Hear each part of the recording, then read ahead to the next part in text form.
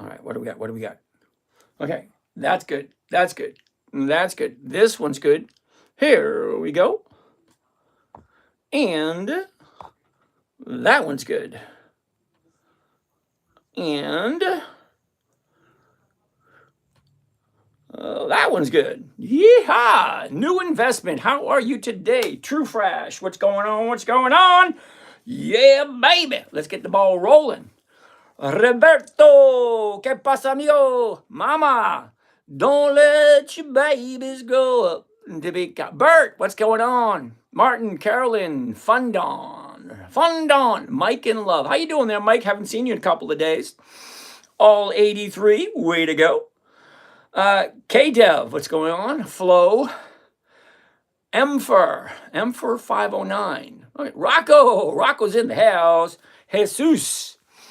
Roger Stockland, what's happening on? Bert, Samuel, Flo, Jordan, Mark, Mama, Killer, Game in Sounds, Antarman, okay, Neo, Smabrut, Stacy, hi Stacy, how are you this evening? Thank you. Alex, how's it going? Scott Hackler, what's going there, Hackler? Leanne, good evening, good evening. Cesar, good evening. Reed Schmidt, what's going on there, Mr. Reed? What else do we have? What else do we have? What else do we have? Dylan, how's it going there, Mr. Dylan?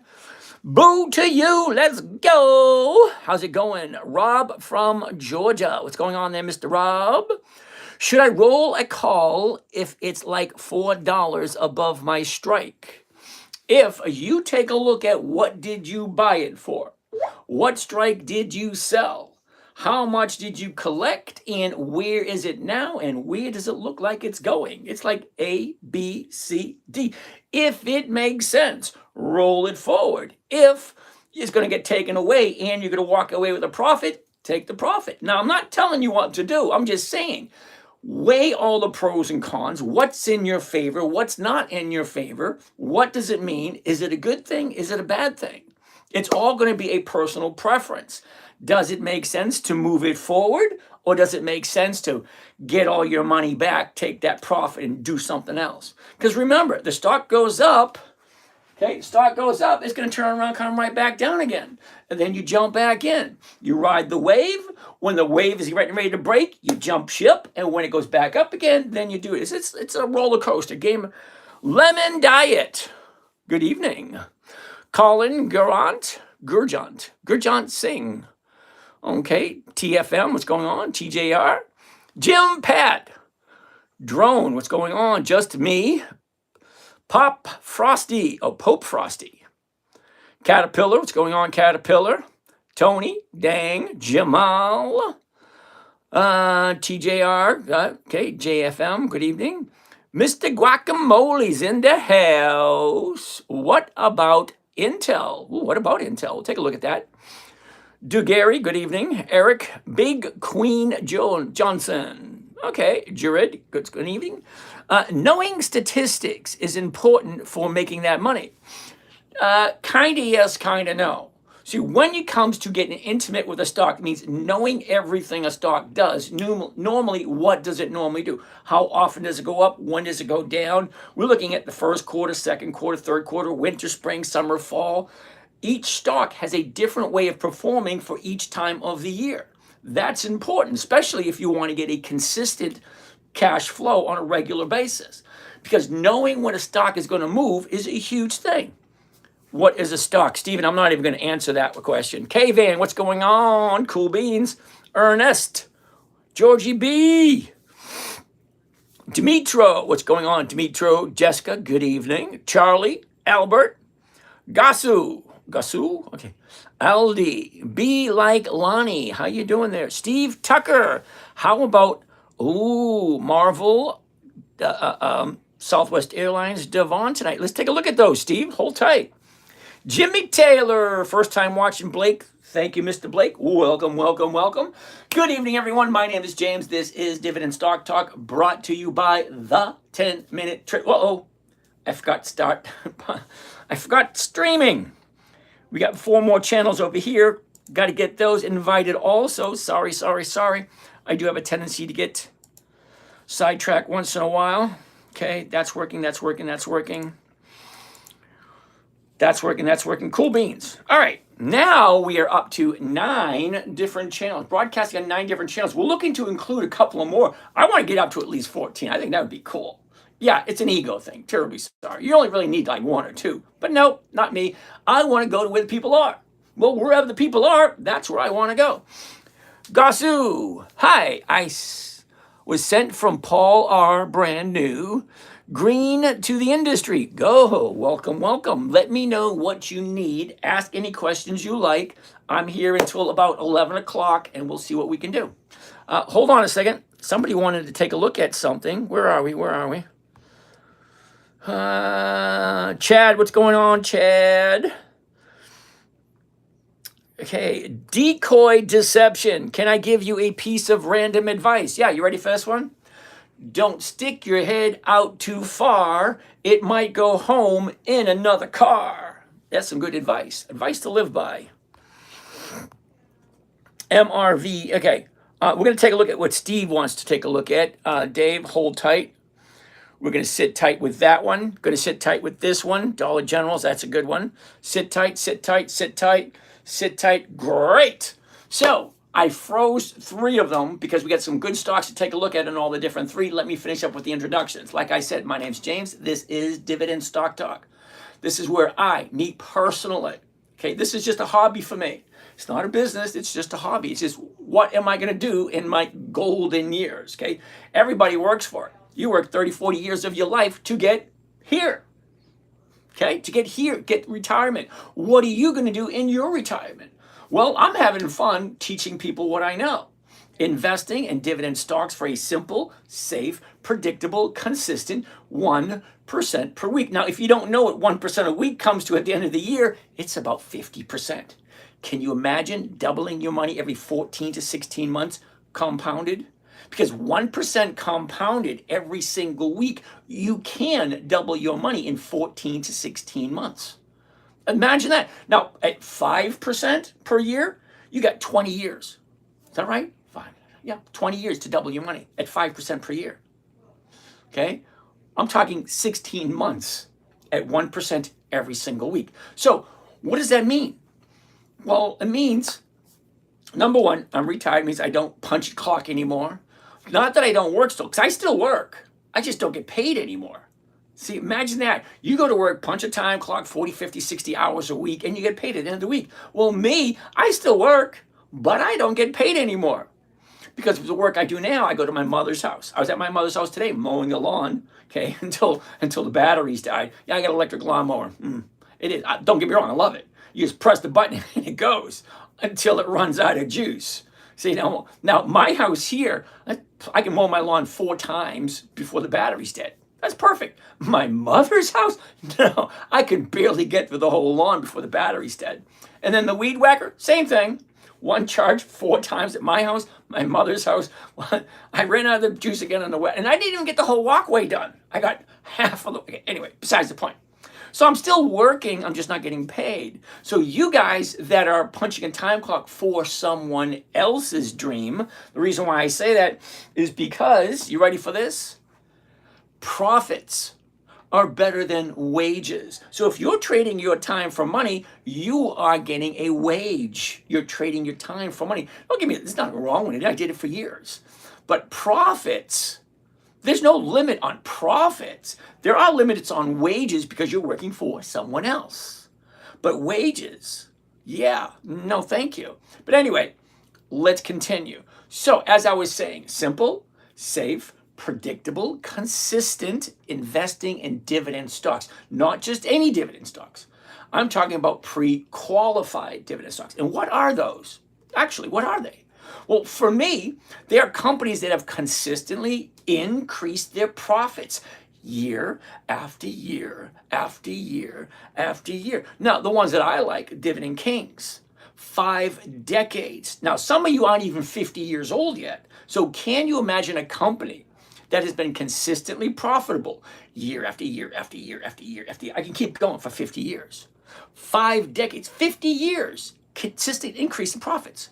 Why the hell wouldn't you want to invest in those? Oh, blue chip stocks, they don't move a lot. Well, we don't need them to move a lot because there are literally dozens of trading strategies. You need to pick one that works. Well, I'm going to show you one tonight that works specifically, and I designed it specifically for my 9-year-old daughter. Imagine that, if you will. Okay, because we're all 9 years old at one point in time. What was your interest at 9 years old? Well, mine definitely wasn't stocks. I can guarantee you that. Okay, I wanted to go out and build tree forts, okay, bikes, and run down the street and go over big old jumps. Yeah, that crap you saw about the kids in the 70s. Yeah, that was me. I was your typical 70-year-old kid, 70s kid. Okay, yeah, we got hurt. We just rubbed a little bit of dirt on it, walked it off. Okay, we drank from the hose. Yep, you don't believe that? Yep, we actually really did. Okay, we weren't allowed in the house because if you were in the house, that's a form of punishment. Go to your room. Now, go to your room, not the same as it is today. Because when they say go to your room, there's no TV, there's no radio. What's in there? Books, toys. No toys in the room either. Now, we had 6 kids in the house, 6. And we had one toy box for all 6 of us. The toy box was only like 2 feet by 2 feet by 2 feet. Imagine that, 6 kids, 1 toy box. Yeah, that's what it's like to be poor in those days. Anyway, besides the point. Simple, safe, predictable, consistent, 1% per week. We're actually going to go through it. I'm actually going to show you the stocks that I like, some of them. I'm going to show you how to do the trading strategy. It's simple. Okay, so in 2008, my 9-year-old daughter jumps on my lap and says, Daddy, what are you doing? Can you teach me? My 9-year-old daughter, I'm going to introduce you to her in a little bit. We're going to show you a video of her 15 years ago. Okay, now, can you teach me from a 9-year-old little girl? Imagine that. Most adults don't know how to trade stocks. So how, what, and how am I supposed to teach a 9-year-old? Well, I was working for a software company at the time. Cool software, really cool stuff. It was $5,000 for the software. But I had to create a strategy for a 9-year-old. It had to be simple, because she's only 9, safe, because I didn't want her losing money, predictable, because I wanted her to see that she's winning consistently. Simple, safe, predictable, consistent. I want her to be able to get profits consistently. And number 5, no way for her to lose. Well, because the strategy was based in a certain way, A plus B equals C. There's no way to lose unless you do something stupid. And that's what I told my daughter. There's no way for you to lose unless you do something stupid. Terribly sorry it was 2008. We didn't really have those safe spaces back then. Or did we? I don't know. There was no safe spaces in my house. So anyway, besides the point. 5 criteria, simple, safe, predictable, consistent, no way to lose, came with 5 rules. 5 rules, simple. Number 1. Never buy something that's not on the list. Now, I'm going to explain the list a little bit, but for you, it's going to be the same thing. Pick a stock. Make sure it's a company that you like. Do your research on the company before you add it to your roster. Okay? Maybe you like IBM. Maybe you like AT&T. Maybe you like Apple. Great. Add it to your list. That's number 1. Never buy something that's not on your personal list. Number 2, never sell at a loss. It defeats the purpose of the whole game. And yes, it is a game. Kind of like Monopoly. 4 greenhouses, 1 red hotel, go around, collect $200, that type of scenario. Same thing. Stock market's the same. You can play with paper money, just like Monopoly in the stock market. It's called a paper trading account or a virtual account, where you test your theories, you test your ideas to see, are you right or are you wrong? Now, I've been trading for over 30 years, and I still have a paper trading account. And yes, I still trade it every day because I want to make sure I don't do anything wrong. Funny thing is, I tell people most beginners are going to lose money. Ooh, excuse me. Interesting dinner. He's coming back up. How did it taste second time? Okay. Most people starting out lose most of their money or some of their money by hitting the wrong button. Okay, there's what, over 100 different buttons on your keyboard? Take a look at your keyboard, over a couple hundred buttons. Hitting the wrong button, that's where you lose most of your money. The funny thing is, I did it 4 times this year. I think I did it 3 times this year. Anyway, one of those times I lost like $2,500 in front of a live audience. I'm in front of a live audience. I'm saying, all right, let's do this, let's do this, let's do this. And I hit the button and said, oh, shit. And I just started laughing. $2,500 is nothing to laugh about when you lose it. But here's the thing. Think of it this way. I'm telling people, be careful not to hit the wrong button because you might lose money. And what did I do? I proved my point. Not that I didn't know. I did not do it on purpose. Seriously, do I look that stupid? No, don't answer that question. But think about it. I hit the wrong button and I didn't do it on purpose. And I just like, oh, shit. And then I started laughing. I said, do you see what I mean? Even a trained... I couldn't call myself a professional because to be a professional trader, you have to trade at least twice a day, all week. That means you got to do at least 10 trades a day in order to become a professional trader. Now, that's not my rule. That's the rule from the IRS. I'm pretty sure it's 2 times a day, at least twice a day to become a professional trader. But rule number 3, make sure the company is consistently profitable. Now, just to let you know, every single week, you can go back and look at some of my videos. Every single week I check and see how many new stocks did they add. Well, last week that was 10,371. Well, now this week there's 10,700. I think that's right. Yeah, a lot more.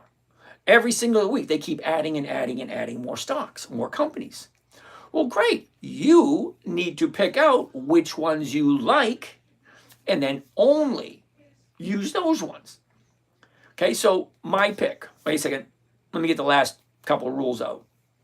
So rule 3, make sure the company's consistently profitable. Rule 4, weekly options only. Now, the title of the show is Dividend Stock Talk.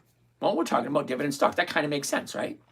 The subtitle, Dividend Investing for Weekly Cash Flow. So to get weekly cash flow, you got 2 choices. 1, trade something that trades on a weekly basis.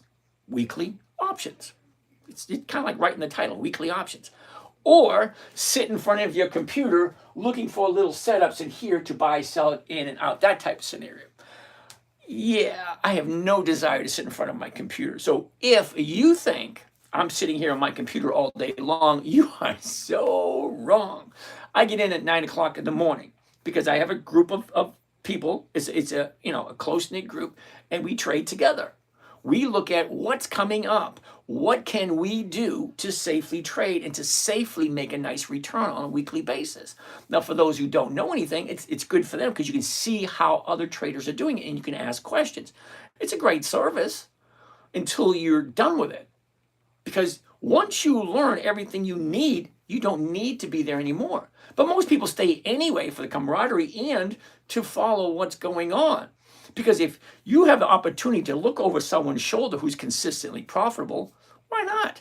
What does it mean to you? Okay, so rule 4, weekly options only. Rule 5, make sure all the numbers work. Now, we are going to get into that a little bit later, and we're actually going to go through some trades.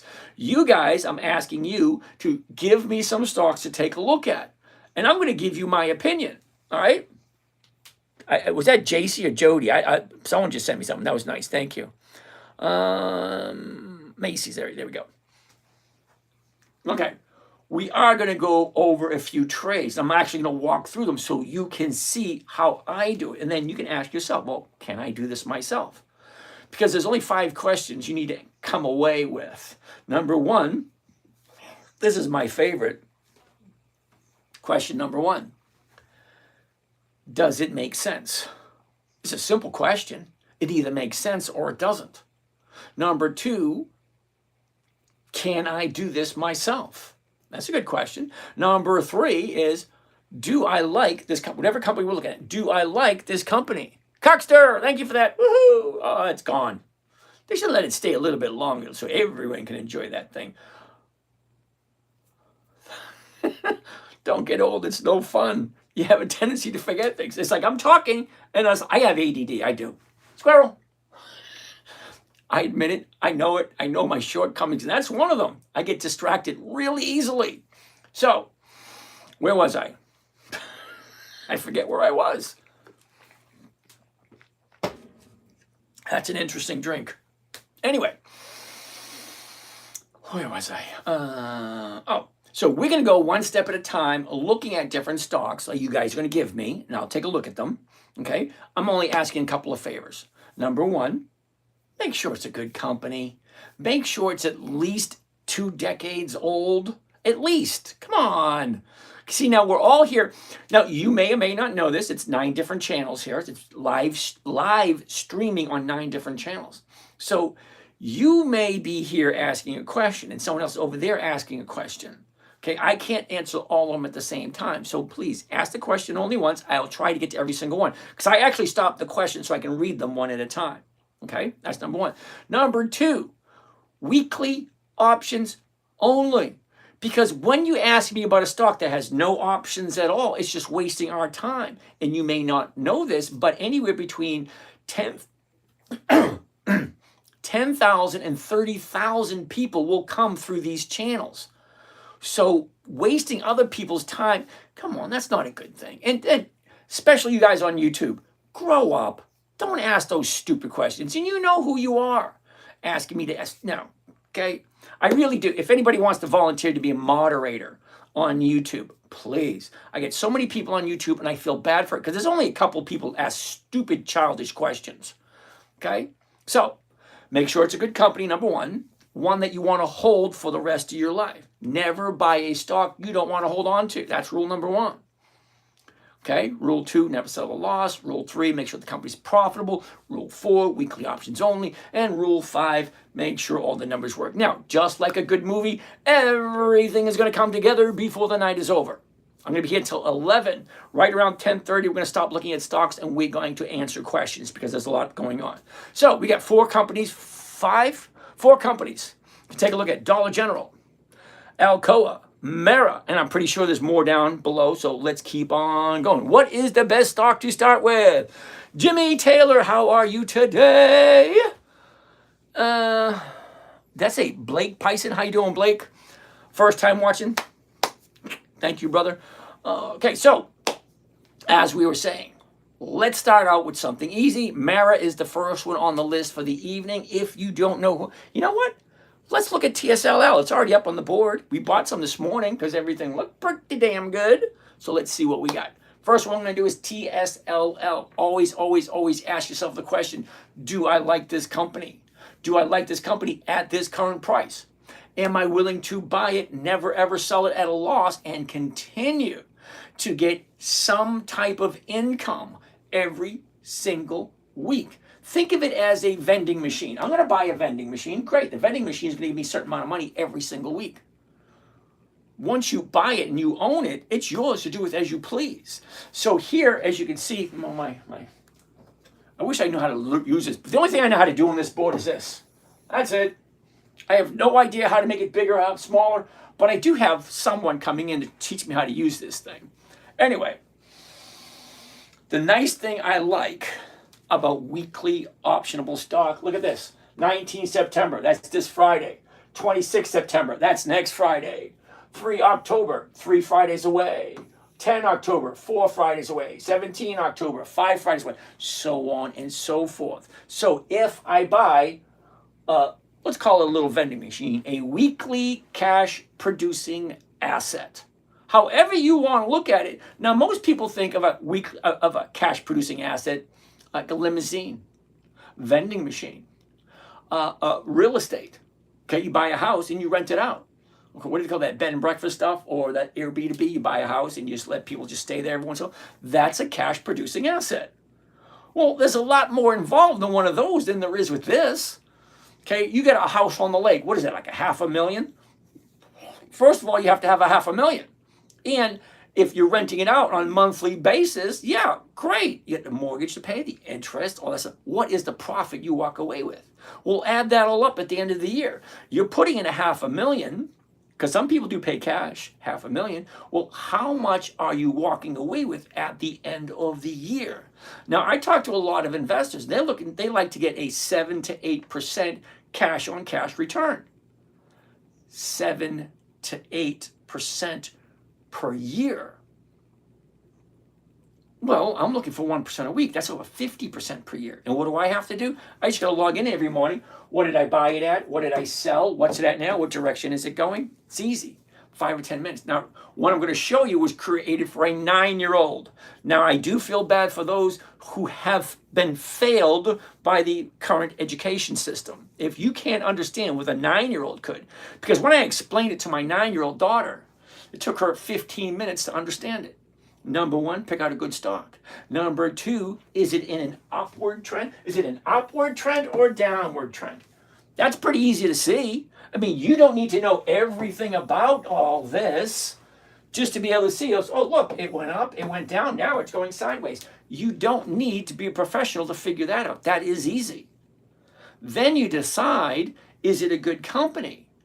Do I want to invest in it? Well, if I do, what am I buying it for? What am I buying it for? 1964. What's the closest strike price? The 20. Okay, what is the 20 selling for? Because if I buy it at 1964, I'm going to sell it at 20. Okay, and I'm going to collect it. Holy shit, $1.16? That's over 5%. I'm going to take a look at this one. But the numbers don't lie. Either you like the company or you don't. Is it the right time to buy it or is it not? I don't want to buy it at the high. That's the time to sell. I don't want to buy it at the low because you just don't know how low it's going to go. Because stocks do two things and only two things. They go up, they go down. They go up, they go down, they go up, down, up, down, up, down, up, down, up. That's all they do. They don't come to your house, take the dog for a walk. They don't wash the dishes. They don't empty the trash. They don't even tuck you in at night with a little pillow under your, a little candy under your pillow. They don't. They go up, they go down. That's it. Find the right time. You like a stock? Great. What's the right time to buy? Definitely not at the high. And do me a huge favor. When I say never buy something you don't understand, who's that? Coach! Thank you, Coach. When I say never buy something you don't understand, if you give me a stock that is at the high of the year, you're definitely going to get the, what the hell are you thinking? Seriously. Buying at the high of the year absolutely makes no sense to me. Would you buy at the high of the year? Why? Because you heard it over and over again. You buy low, you sell high. Buy low, sell high. Buy low, sell high. It's actually, never mind. Let's just go see what we're doing. All right, enough of that blabbering. Let's jump in. Let's look at TSLL. First thing I'm looking for is 5 things. It takes 3 to 4 seconds. 3 to 4 seconds. That's it. You don't believe me? Let's go. Ready? High, low. Where was it? Where is it? Up, down, sideways, up. That's it. That was 3 seconds. Set your clock. Let's do it again. You ready? Set your clock. High, low, was, is, direction. 3 seconds. You might not be able to do 3. You might have to do it 4. All right, maybe 5 seconds. Where's the high? Where's the low? Where was it? Where is it? What direction is it going? What's the flow of the river? What's the path through the woods? What's the motion of the ocean? Whatever you want to call it, up, down, up, down, up, down, up, down, whatever. It's simple and easy. Simple, safe, predictable, consistent, 1% per week. All righty. Now, once I do this, I don't want to dive deeper into that yet. It's a quick 3 to 4 seconds. Yep, that works. That's it. Then I want to go over to here. What am I buying it for? Well, there's one number on the board. I call it the big number. You can call it whatever you want. Ready? Here we go. 1964, 1964, 1964, 1964. What do you think? Is there any other number on that board that's mentioned 4 times? Probably not. So, 1964 is the last traded price today. So when the market closed at 4 o'clock today, that's the price. So tomorrow, if I buy it at 1964, what am I going to sell it for? Well, I'm going to sell it for the closest strike price to my purchase price. I'm buying it at 1964, the closest strike price. See, strike price right here. I don't need to see all those. I'm just going to drop it down to like 8. There we go. Let's drop it to 6. I don't need to see all that. There we go. These are the strike prices. 1850, 19, 20, 21, 22, 23. So if I'm buying it at 1964, the closest one is the 20. So if I'm buying it at 1964, I sell it at 20. Okay, I get the difference between 1964 and 20, which is what, 36 cents? Not what I'm looking for. Oh, we'll get another one. Andrew, thank you. Okay, anyway, it's not a lot. It's not what I'm looking for.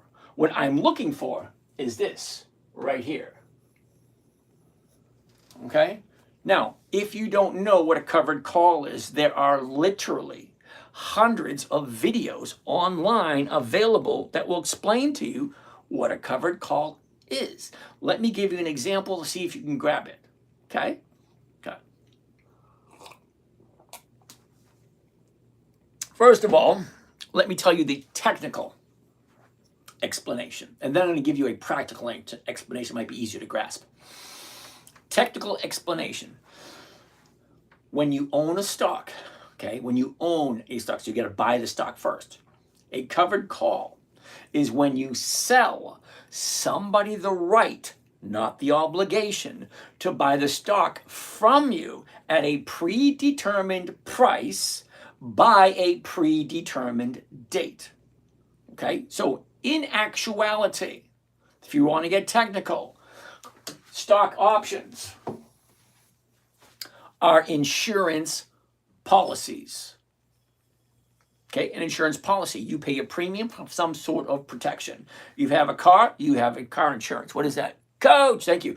If you have a car, you have car insurance. If you have a house, you have homeowners insurance. If you have, health, you have health insurance, so on and so forth. Now, for a contract, a insurance policy contract to be valid, you need 4 things. Beginning date, ending date, consideration, that's money. It could be a piece of pie, it could be a handshake, it could be a pen, it could be anything. Consideration, something of value. And number 4, it's called, technical terms, it's called meeting of the minds. That means it's just an agreement. I agree something, you agree something, we have a handshake, we say yes, we say no, you pay me, and then we have a contract. Beginning date, ending date, consideration, money, and meeting of the minds or an agreement. So that's the actual technical word for a covered call. Let me give you a practical one, might be easier. Let's say, hypothetically speaking, you got an old car in your backyard. You take the car in the backyard, you push it out onto the front lawn, and you slap a for sale sign on it.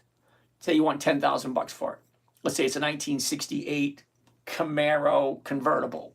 Needs a little bit of work, but still worth 10 grand. Anyway, Tom down the street, he comes by and says, hey, I like your car. Let me give you $100. Hold it for me until Friday. I come back on Friday, I'll give you the whole $10,000. Keep the $100 as a non-refundable IOU that I promise to come back and get it. If I don't, you have the right to sell it to someone else on the following Monday. But you get to keep that $100. So Friday comes, Tom shows up, he gives you the $10,000. So you walk away with $10,100. If he doesn't show up, you keep that $100 and then you sell it on Monday. Peter, 2 towns over. He says, hey, I like your car. Let me give you $100. Hold it for me till Friday. So if Peter shows up on Friday, he's either going to give you the $10,000 for the car. So now you get 100 from one, you get 100 from the other, and you get the 10,000. That's 1% per week. Now, what happens if he doesn't do it? Well, you can keep doing that every single week, and every single week you can get a non-refundable cash deposit. Hold it for me. I'll be back on Friday. That's all it is. A non-refundable cash deposit. If you show up, it doesn't get deducted from the price. I'm just holding it for you until Friday. You show up on Friday, you pay me full price. You don't show up on Friday, you don't get your money back. I keep it and I sell it to someone else. That is a stock option. Same thing, but here I'm buying Tesla, TSLL. I buy 100 shares, that's one contract. 500 shares, 5 contracts. Well, I'm going to show you and walk through it, and you see if it makes sense to you. All right, first one on the list, 5 things. High, low, was, is, where's it going? Fine. We already did the numbers, well over 1%. Let's keep on moving. Next, I want to look at deeper into the chart to find out, is it the right time to buy? All right, so need the glasses for this one. A year ago, TSLL is at 1117. She shoots up for the high of the year in the middle of December, 41.89. From there, she drops to the bottom of the year in the first week of April. What is that? Is that right? Hold on, back up. Does that say 41.82? 41.82 is the high. The bottom down here, hold on, wait a second. Am I reading that right? 620? It goes from 42 to 620. What is that, like an 85, 90% drop? So here's the thing, okay, and you got to think deep about this one. If you buy a stock at 42, it drops down to $6. Are you going to panic and sell? It's a good question. A lot of people do that. Now, if the company's consistently profitable and they increase their dividends every year, I won't sell. Okay? That's me. You have to figure out. Because some people call that an acceptable loss. Or, take my money, live to fight another day. Well, most people buy a stock and they hold it for years and decades and they collect a dividend every 90 days. And they don't really care about the price. They keep buying and selling, buying and selling. So if I buy every quarter, so I buy here, I buy here, I buy here, I buy here, and it averages out at the end of the year. That's what most people do. Me? No. I want to buy, sell a covered call, collect the premium, then I want to get out. Because it goes up, down, up, down, up, down. So when it goes up, I want to sell. Down, I'll buy. Up, I'll sell. Down, I'll buy. And I'll keep doing that all the time. Now, I have over 300 stocks that I like to look at. Now, we're going to look at those in a little bit. But let's keep going over this one. I keep getting sidetracked, don't I? Sorry. I told you I have ADD. All right, so anyway, here's the bottom here. That's a big 85, 90% drop. Then from here, she shoots up. Now we're at 1964. Okay. What does the last 30 days look like? Now this, for me, is a definite no. Only because here's your 30-day bottom. Here's your 30-day top today. So it goes from 11 to 20. 11 to 20. What is that, a 95% increase in 1 month from $11 to $20? So no, I'm not going to do this one. Unless, hold on, don't jump the gun, unless I want to take a look at the bigger picture. And here's the bigger picture right here. Okay, the high of the year way up here. Okay, the bottom of the year way down here. We're here. So it is going up. But from here to here, 90%, yeah, there's going to be profit taken. That's going to come back down again. Then I'll jump in. But let's go to another one. Okay, no to TSLL this week. Now, the one we had here, first one, what was the first one? Run for the hills. I'm feeling like a 70-year-old kid. Fly guy, what's going on? All right. Macy's. Dave wants to take a look at Macy's. He was the first one on the list to chime in. Here we go. I'm going to say no. The reason I'm saying, don't get me wrong, Macy's was my #1 stock last year and the year before. I made a bunch of money off of Macy's. Jump in, jump out, jump in, jump out, jump in, jump out. Okay, it's at the high of the 90-day period right now. I'm going to wait for it to, see, here's the bottom, shoots up, then she's going to drop, then I'll jump in. It's going to gap here. They usually comes down, then I'll jump in. So I like Macy's. I'm going to put Macy's down for 2 weeks from today because I'm going to give it at least 2 weeks for it to come back down again. MSTE. What the heck is that? Wait a second. I missed some.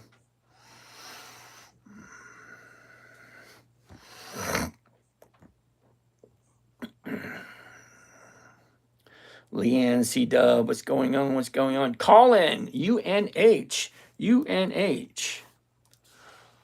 I'm going to say no to UNH only for a couple of reasons. Number one, it's a high way up here.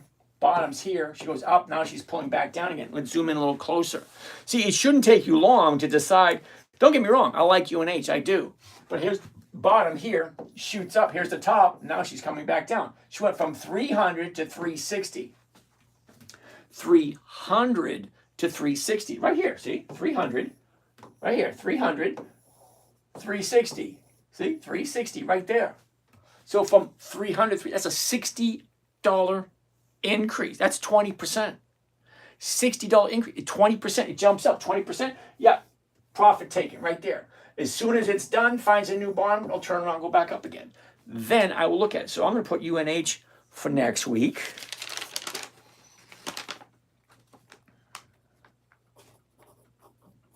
We'll look at UNH again next week.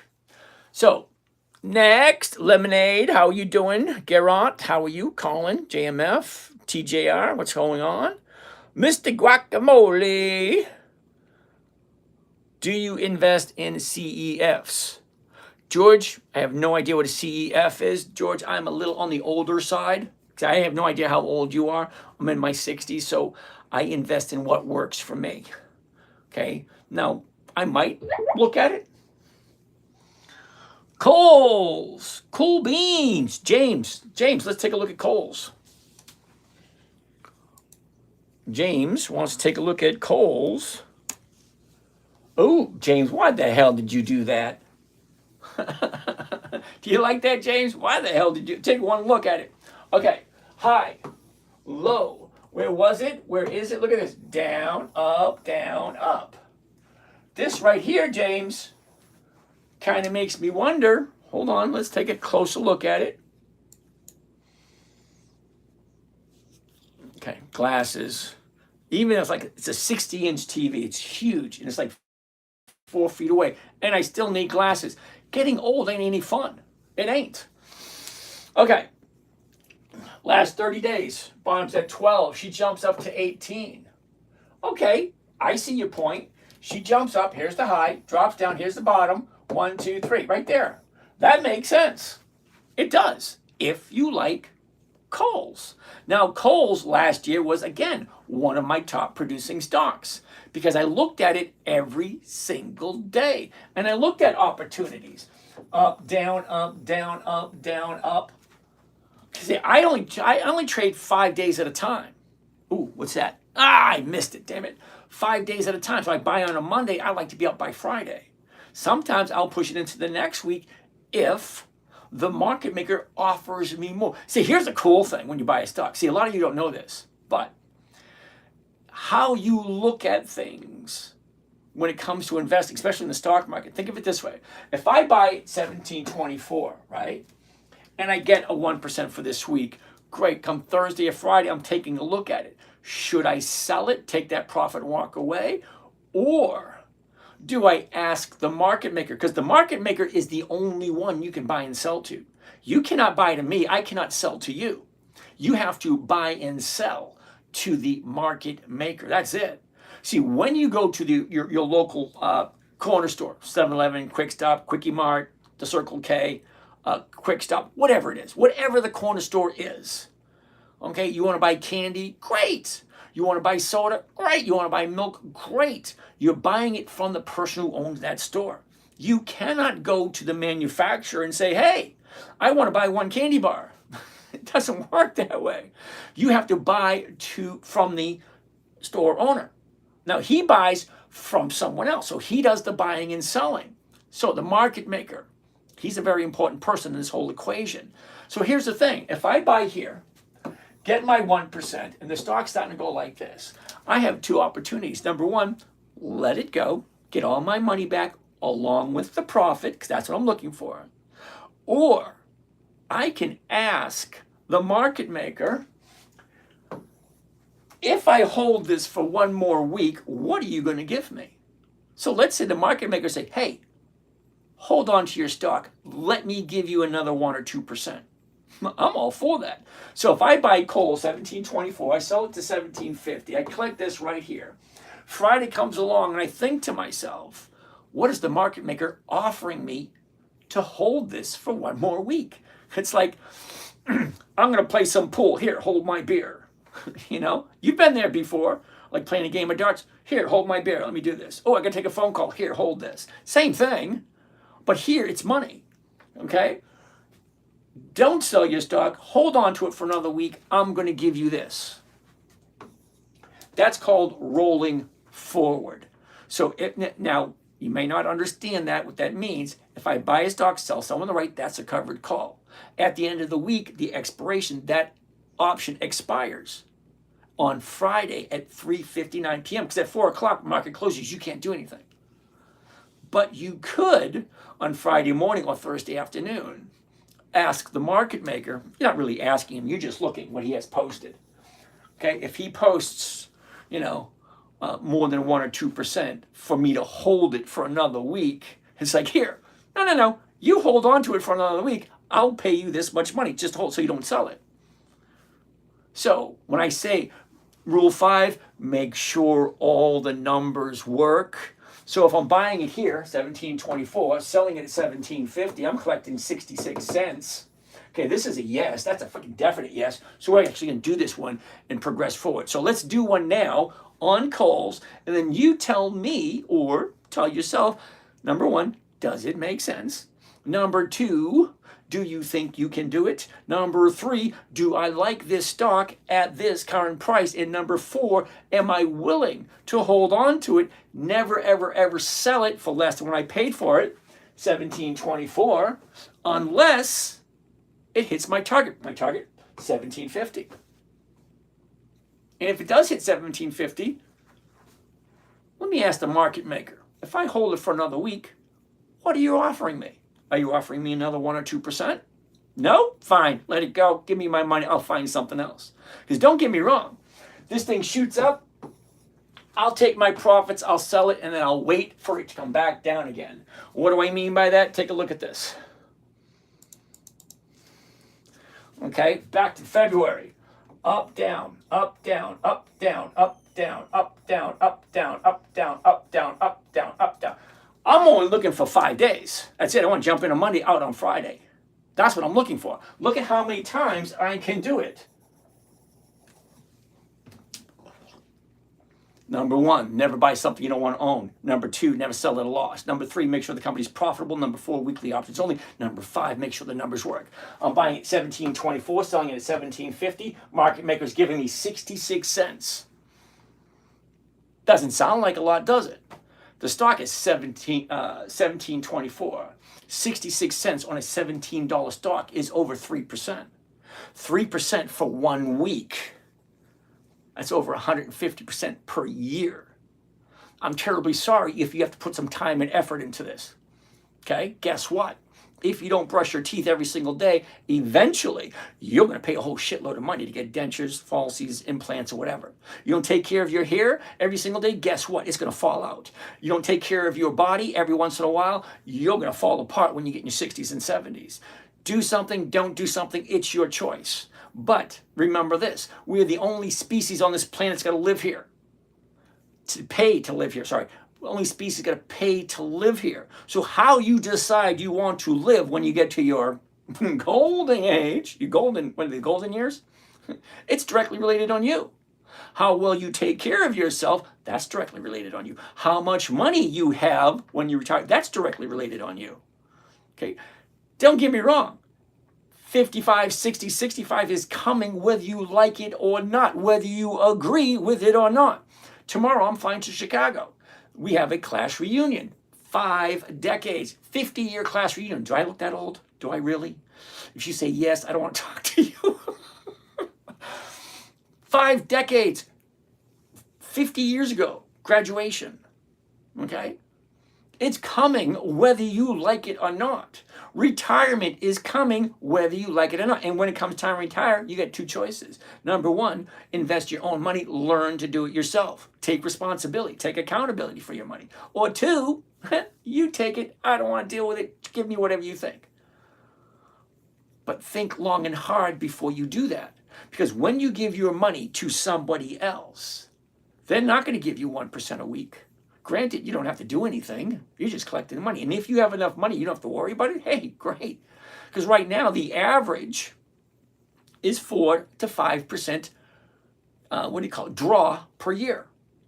Okay? 4 to 5%. So if you got $1 million, 4% draw is $40,000 a year. Can you live on $40,000 a year? Well, no. Then you're going to need $2 million. 4% draw is $80,000 a year. Can you live on $80,000 a year? No. Well, now you're going to need $3 million. So it's $120,000 a year at a 4% draw. Or learn to do it yourself. Okay? Learn to do it yourself 1% a week. $100,000 will give you 50 grand a year. If you do it right, if you don't panic, if you pay attention. It's simple, safe, predictable, consistent. It was created for a 9-year-old. Let me introduce you to the little princess.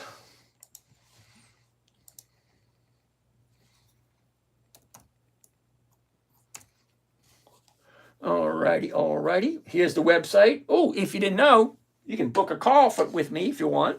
That's new. Here's what I want to show you right here. Weekly Trades 2024. That brings me up to all my social media sites right there. YouTube. Let's go to YouTube so I can introduce you to the princess. She hates that, by the way. Don't call me a princess. I'm not a princess. I said, sorry, kiddo. You're my princess, and you always will be. All right, the oldest video's right there. And here she is. Hi, and as you being part of my investment company, which my dad doesn't let me calling it that, but I do.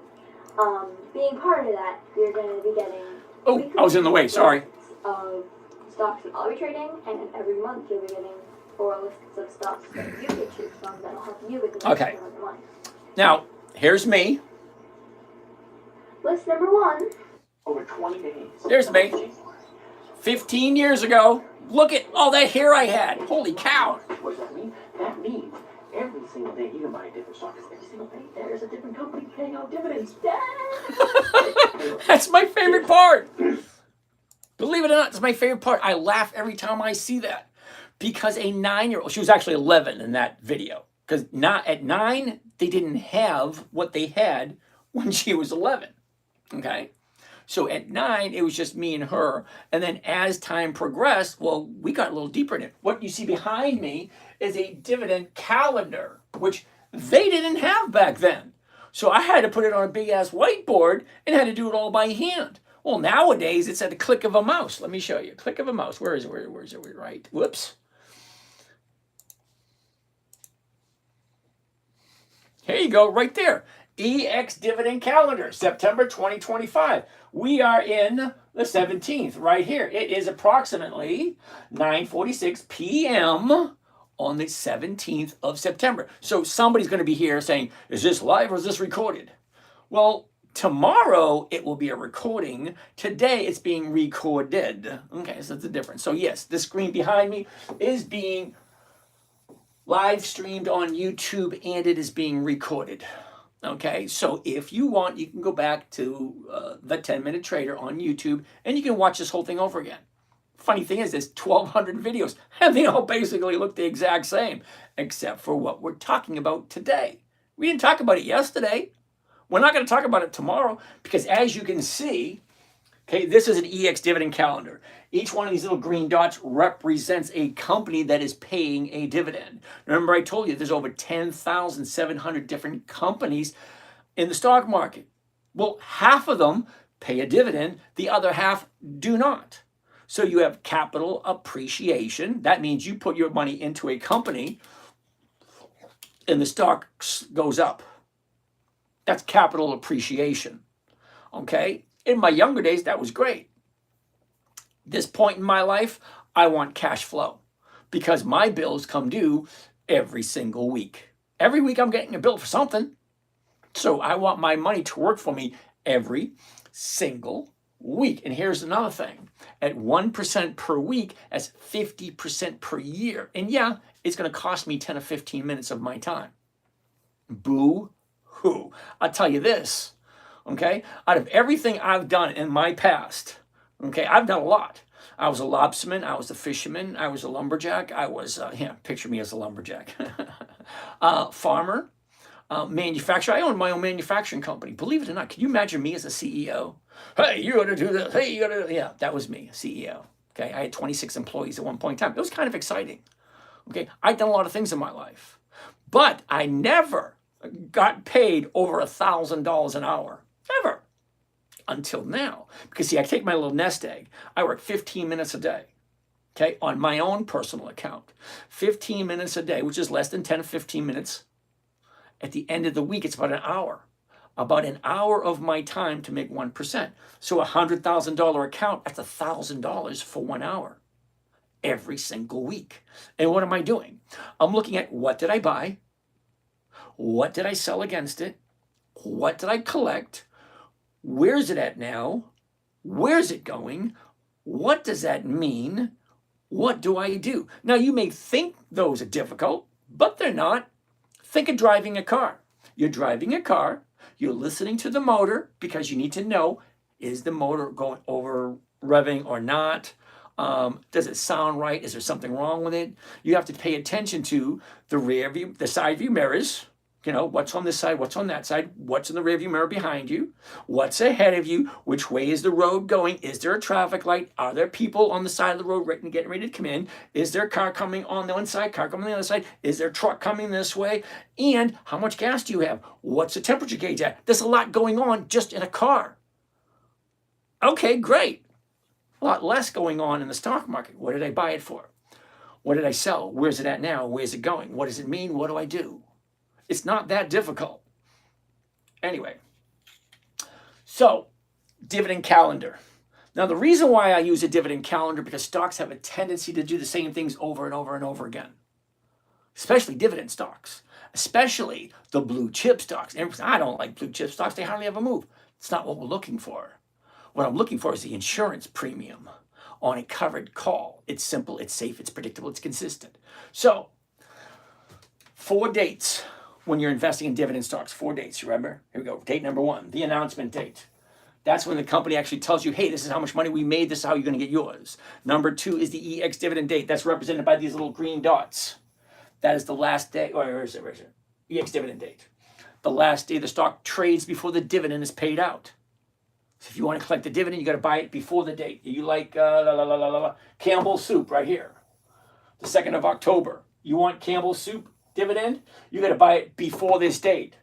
The 1st, the 24th, the 16th, the 19th, the 11th, the 5th, any day before this date if you want to collect the dividend. That's what a dividend calendar is for.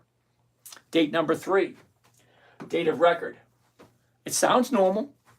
If you own the stock on the date of record. See, years ago, they used to take a book and they used to write down who owns this stock. Oh, there it is. And then they take the book and they hand it off to the accounting department, and the accounting department would write a check to each person that owned the stock on the date of record. So if your name's not in the book on the date of record, you don't get anything. It's that simple. Okay, you go to a business. We're open 9 to 5. You show up at 5:05. They're closed. Too bad. So sad. It's the reason you have to have certain rules. Okay, you want it. You need to buy it before this date. You buy it after the date, you don't get it. Plain and simple. Date number 4, payment date, when you actually get your money. 4 dates. Announcement date, EX dividend date, date of record, payment date. Okay, so let's go back to the trade where we were. Okay, so we're looking at Kohl's. All right, current price, $17.24. All right, so let's do a trade on this one because this one actually looks good and all the numbers look good. And you probably want to see in action what a covered call entails. Okay, so $17.24 is the price. The closest strike price is to $17.50 and it's going for 66 cents a share. So first thing I want to do is I want to change this from single to covered stock. If you're curious, These are all the different trading strategies.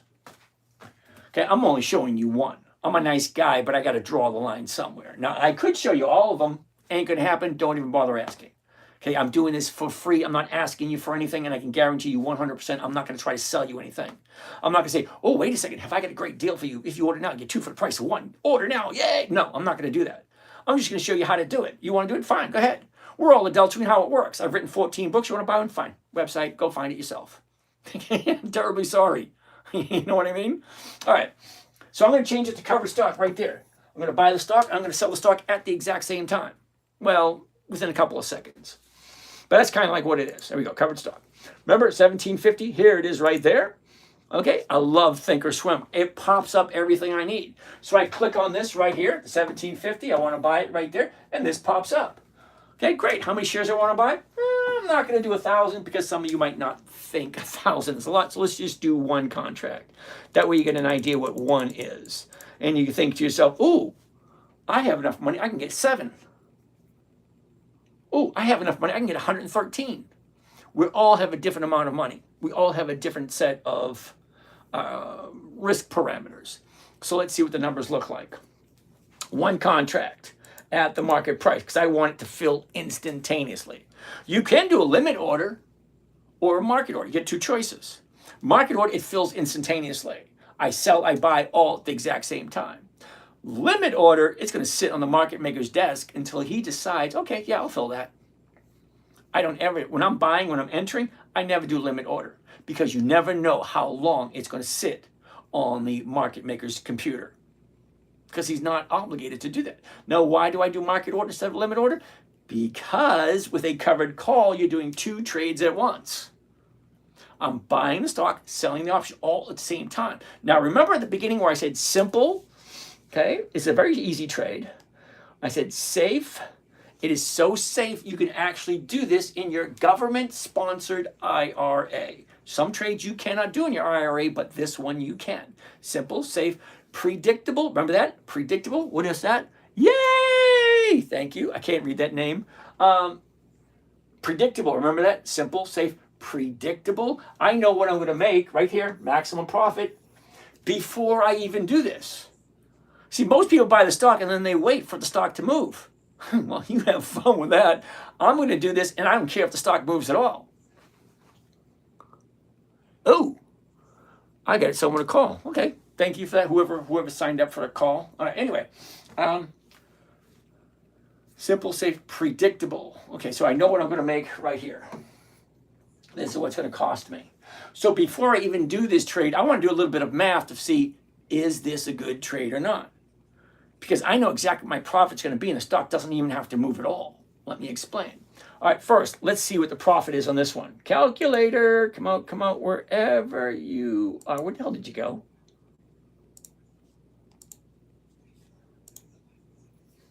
There we go, calculator. All right. To find out your rate of return, you take the profit, 101.50. You divide that by your investment. What is the investment? Cost of the trade, including commissions and fees. Okay, $1,649. Think of it as buying a gumball machine, a candy machine, a vending machine, soda machine. Okay, the soda machine is going to cost me $1,600. What am I making this week? Well, this week I'm making 101. Next week, I might make 115. I might make 98. I might make 85. It's a different number every single week. The question you need to ask yourself is that okay for me? Am I okay with that? Now, you only have to dish this out once.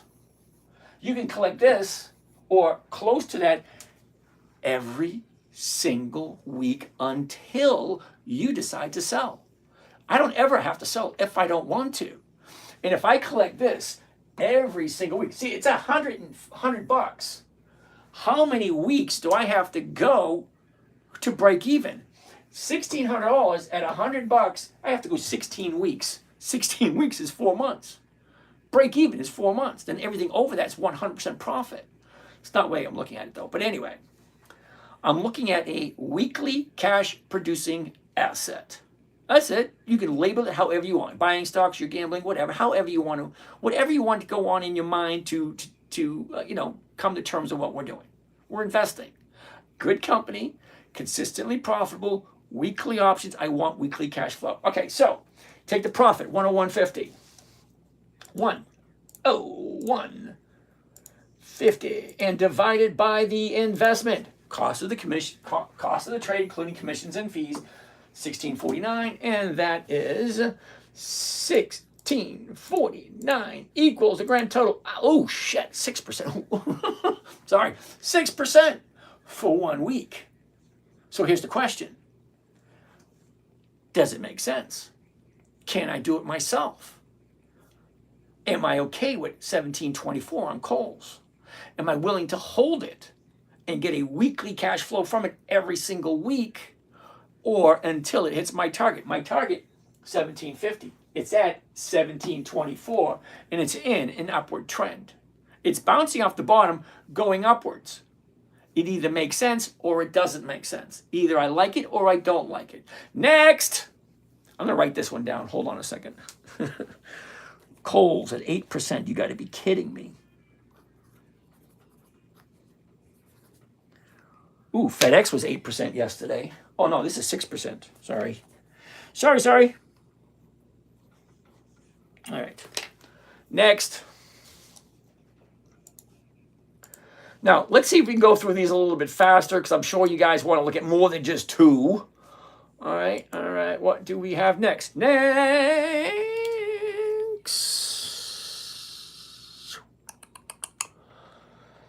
Alrighty. Crunktoid, run for the hills. I'm not quite sure what that means, run for the hills. I mean, I know what it means, but in this context, it makes no sense. A wise bean, how are you doing today? All right, what else do we have over here? Eric wants to take a look at Dollar General, DG. Let's take a look. DG, Dollar General, tra-la-la. Ooh, look at that. Did you see what I just saw? 3 to 4 seconds. You ready? High, low. Where was it? Where is it? Down, up, down, up, down, up. Okay? The high is here. She dropped here. Now she's going back up again. That's for the 1 year. That's a 1 year chart. It looks good. What do the numbers look like? 106. The 106 is to go for 189. I'm going to say hell yeah.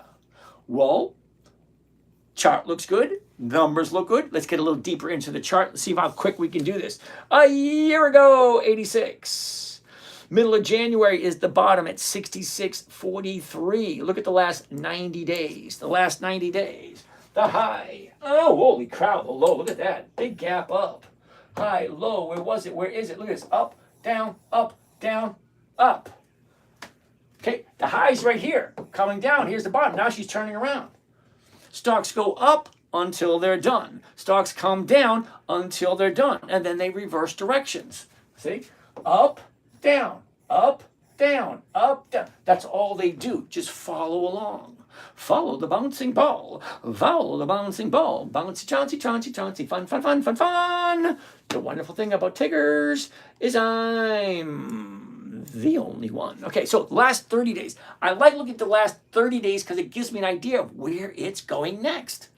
Think about it. Where is it going next? Okay. High, low. Where was it? Where is it? Where's it going? Up, down, up. Now, the bottom was yesterday. So today is only 1 day to the upside. For me personally, I like 2 days to the upside, and on the third day, I will jump in. If you're one who likes to gamble and try to find bottoms, here's your shot right there. Okay, buy low, sell high. Now, I like Dollar General. I really, really do.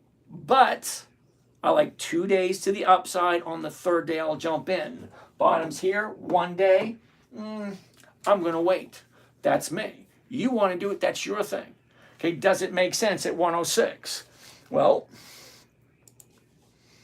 let's find out. Set that at 1. Here's Johnny by 1. Covered call DG, 26 September. That's next Friday. 106 call option. That's the sales price. At the market to open, 191, 10,000. Let's find out what that rate of return is. Calculator. Hello, hello, hello. Oh, what is this? Get that one out of there. This one right there. There we go. Get rid of that. Profit 191. Investment 10409. 10409. Grand total of 1.8. Well, that's over 1%. It's close to 2%. Why the hell not? 1% a week is 50% per year.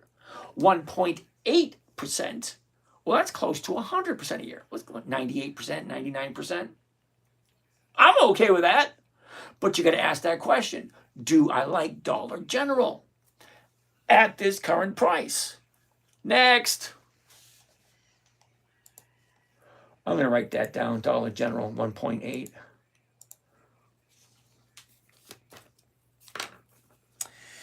DG 1.8. Let's keep on keeping on. Okay, so yeah.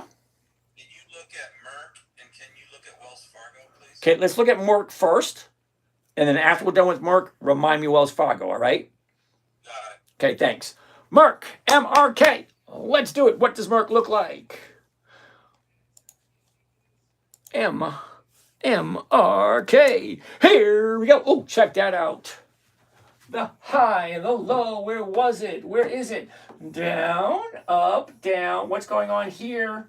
Hey, let's find out. But before we find out, 81, 55, the 82, 172. Well, yeah, hell yeah. The numbers look good. Well, let's take out the chart. Step 1, chart. Great. Step 2, numbers. Great. Step 3, deep dive into the chart. Let's go deep dive. Here we go. The high of the year was a year ago, 119.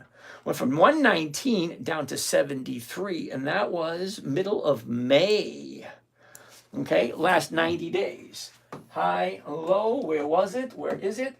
Up, down, up, down. What's going on here? Same thing we just looked at. Same thing. Okay, 30-day high, 30-day bottom was yesterday. Today is the first day to the upside for Merck, if you like Merck. So let's take a look at the numbers. 81, let's get out of here. 81, one contract, la la la la la la la la. There we go. At the market, la la. And here's Johnny by one Merck. One covered call. Gotta remember that. Always remember to say what you mean and mean what you say, because by saying it wrong, if you ever have to call in an order, that means call your broker and say, hey, this is what it is. I want to buy one covered call, MRK 100, that's the weeklies. 26 September 25, that means it expires next Friday. The $81 call option against the stock at the market to open. Okay, right here. That's the order right there. Maximum profit 151, the investment 7,900. Let's take a look at the calculator. 151 divided by cost of the trade, including commissions and fees, 79.49. Grand total of 1.89. Same thing. Do I like this company? Does it make sense? Am I willing to do it? Never, ever, ever sell for less than I paid for it. It's all valid questions. Urban, hey man, I won't be able to say or anymore because I just got IG. It was fun. Thank you. Thank you, Urban. I'm not quite sure what that means, but hey, whatever. I'm going to write that one down too because I actually have some Merck. I think. MRK. Was that 1.9? 1.9. 1.9. Yes, I write stuff down. I don't trust computers. I'm on a computer, but I don't trust them. That's why I write stuff down. Many a times have I hit the wrong button and everything disappeared. I remember doing this one. I was writing a really good story. It was a really, I've written 14 books, so I'm writing this one. Okay, I turned away, turned back, hit the button by accident, and everything disappeared. Yeah, I try not to do that anymore.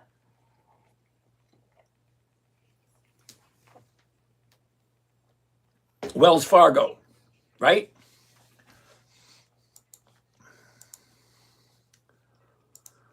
Wells Fargo. Uh-oh.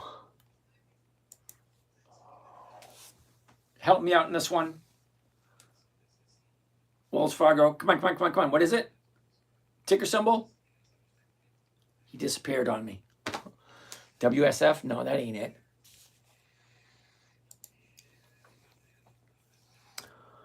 Sorry, James. Isn't it WFC? WFC. Damn it. Yeah, WFC. Sorry. Sorry. Ooh. I don't know. Look what's going on here. But let's take a look at the whole thing. Okay. Here's the high. Here's the low. Here's where it was. Here's where it is. Up, down, up, down, up. Okay. 82.48. The 83, 115. The numbers look okay. Well, let's check a close look at the chart. I'm kind of curious of the last 30 days on this thing. All right, a year ago was the bottom of the year at 53. Okay, the high, look at the last 90 days. High, low, where was it? Where is it? Look at this. Down, up, down, up, down, up. Top, bottom, shooting up. That might be an okay one. Let's go a little deeper the last 30 days.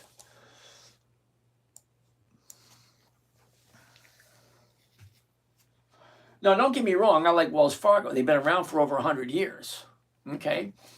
I don't think they're a dividend king. They might be a dividend aristocrat, which means 25 years of increased profits. But look at the last 30 days. Your high, your low. Where was it? Where is it? Up, down, up. Okay, down, up, down. Okay, maybe. If you like Wells Fargo. So let's see what the 83s look like. Okay, let's get rid of this. 83 right there. One contract. Come on, come on, come on, come on. Right there. Market order. There it goes. Here's Johnny by one covered call. Wells Fargo, 26 September. The 83 call at the market to open, blah, blah, blah, blah. Here's my profit, 154. The investment is 8,000. Let's see what that looks like. Now, I might have gone through that a little fast for some of you, but it is being recorded on YouTube. So if you want to go back and watch it over again, each and every single one of these platforms you're on, there's 9 different platforms that we're streaming on, live on 9. Each one has a bio. Each one will have a link to the websites. They're all interlinked. I like to think that. Might not be true, but I like to think that. Because technology is not my number one thing. I leave that to my sons to take care of. Okay? So, that being said, let's take a look at these numbers. And does Wells Fargo tickle my fancy? That's an interesting way of putting it, right? Does it tickle my fancy? So 154.50 is the profit. Okay, right here. Max profit, 154.50. I love a covered call because it tells me what am I going to make before I risk anything. Now, most people buy the stock and wait for the stock to go up before they sell. Well, I know what my profit's going to be, and the stock doesn't have to move at all. It can stay exactly where it is because these stocks go 3 different ways. Up, down, and nowhere. Just flat, nowhere. Up, down, or nowhere. So if it goes up, I make money. If it stays the same, I make money. If it goes down, well, I got to hold it a little bit longer. But remember rule 1, never buy something you don't want to hold on to. Well, if I don't like Wells Fargo and I'm not willing to take it to my grave, I'm not going to buy it. Well, just to let you know, I do like Wells Fargo and I do buy it often. But I'm not a buy and hold kind of guy. Buy and hold doesn't work for me because buy and hold has no cash flow until I sell. Well, if I do a weekly option, I'm selling something every single week. In one, whatever you have, you got 20,000, 1% is $200 a week. You get 50,000, 1% is $500 a week. You have 100,000, 1% a week is $1,000 a week. Whatever you got, wherever you're starting. I started out with $12,000. Oh my God, back in the 90s. It tells you how long I've been doing this. So you have an idea. And if you think I'm getting 50% for all those years, no. Because I live off of my interest. So what I make, I use to pay my bills. So my account does not get 50% every year because I use that money to live off of. So it doesn't keep compounding. So if I make $1,000 a week and my bill's at $900 a week, guess what? I'm only adding $100 a week to my account. Sorry, it is what it is. But I like getting 1% every week because it takes care of all my bills. All right. 154 is the profit divided by the investment, 81.46. Divide 81.46 comes a grand total of 1. That's not right. Let me try that again. Let's try that again. 154.50 divided by 8,146. 1.89. Okay, a little bit less than 2%. Does it make sense?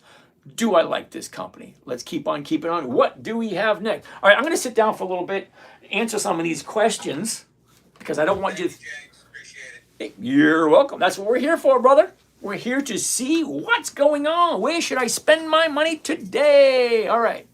IG is Instagram. Okay, I'm actually on Instagram. Not today, though, because for some strange reason, you have to have 1,000 followers on Instagram in order to broadcast live on Instagram. I don't have 1,000 followers on Instagram. Maybe some of you guys can help me out. Go to the website, to the social media, go to Instagram, and subscribe. That way I can broadcast on Instagram. All right, anyway, where are we? Dun, dun, dun, dun, dun. Adam. Robinhood has not been around for 20 years yet, and I don't think they have dividends. Uh-oh, Strong Mike, Texas. Paul Rod, yeah, but also more than 2 trades is less than 5 days. Okay. Strong Mike, Texas. TQQQQQQQ. I don't know why people like the Qs. I mean, let's take a look.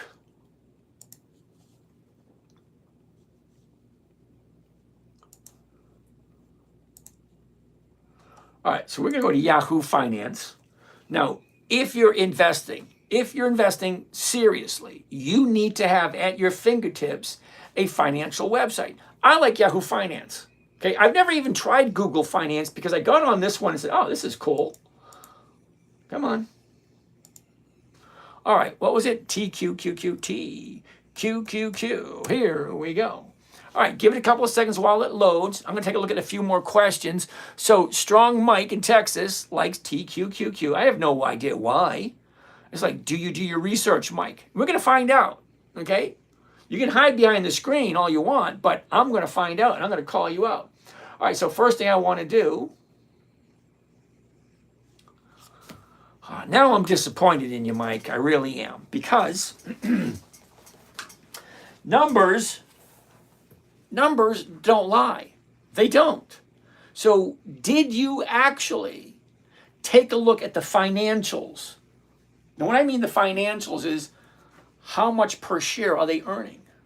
What is the dividend per share? What is the income? What is the book value?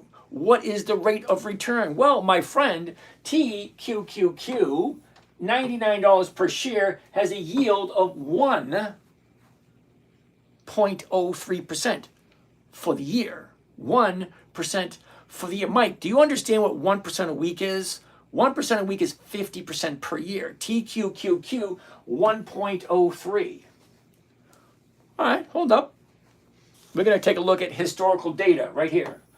Okay, historical data. Come out, wherever you go. There you go. Okay, so historical data is going to tell me what are the dividends. How consistently profitable is TQQQ. Okay, pro shares, pro shares, ultra pro QQQ. All right. See where it says historical prices and the date?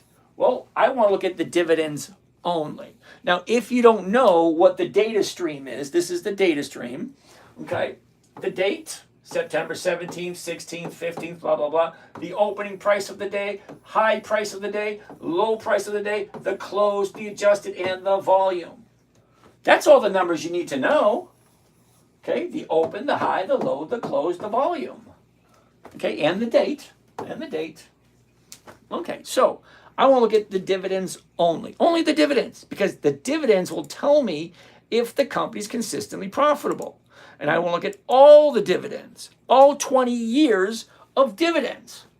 All 20 years. Because if I'm going to invest my money into it, I want to make sure it's a good quality company and those in charge know what they're doing. And if you know what you're doing, you're making more money this year than you did last year. Next year, you're going to make more money next year than you did this year. That is consistency of profitability. So let's take a look at all the numbers. Are you shitting me? Something's missing. 14, 15, 18. 14, 15, 18. Aren't they missing a few years there? And hold on a second.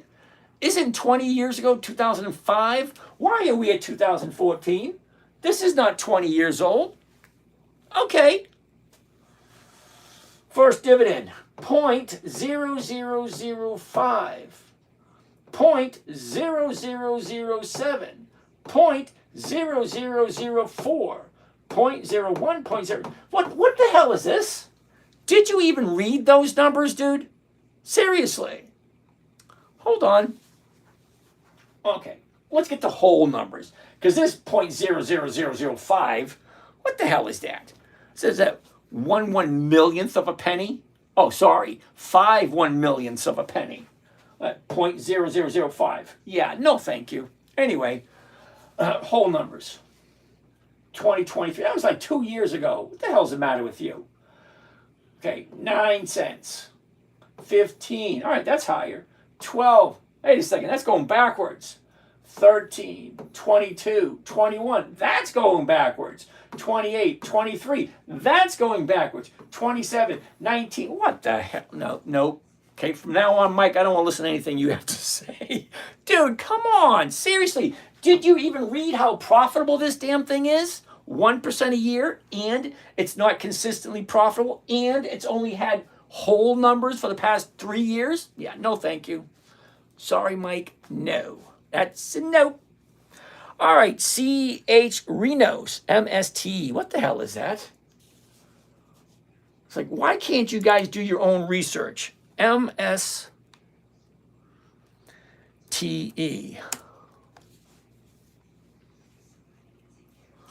All right, do you remember when I said dividends only? There's no dividends in this. This is a freaking hell no, waste of time. Thank you very much.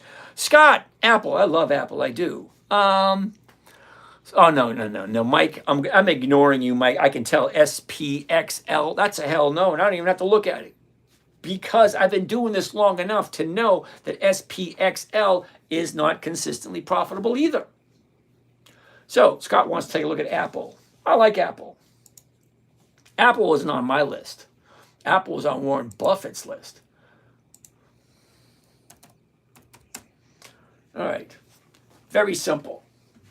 High, low, where was it? Where is it? Up, down, up, down, up. Okay, that's interesting right there. Before we go any further, 238.99. 240 is going for $3. That's over 1%. That makes me a happy camper. Makes sense. Well, let's look at the chart. Is it the right time to buy Apple? I want to show you something on Apple that you might say, ooh, I like this. Well, let's find out. All right. A year ago, 215. High of the year was right at the end of last year, 260. That was the end of December. We bottomed out on TDS Day. TDS Day. All right. Second week of April. Shoots up nicely. Okay, well, let's go zoom in a little bit closer.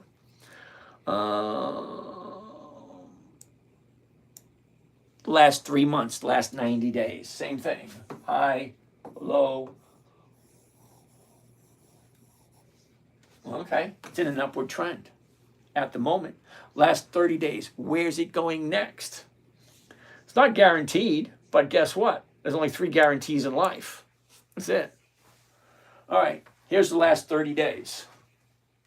High, low, where was it? Where is it? Look at this, down, up, down, up.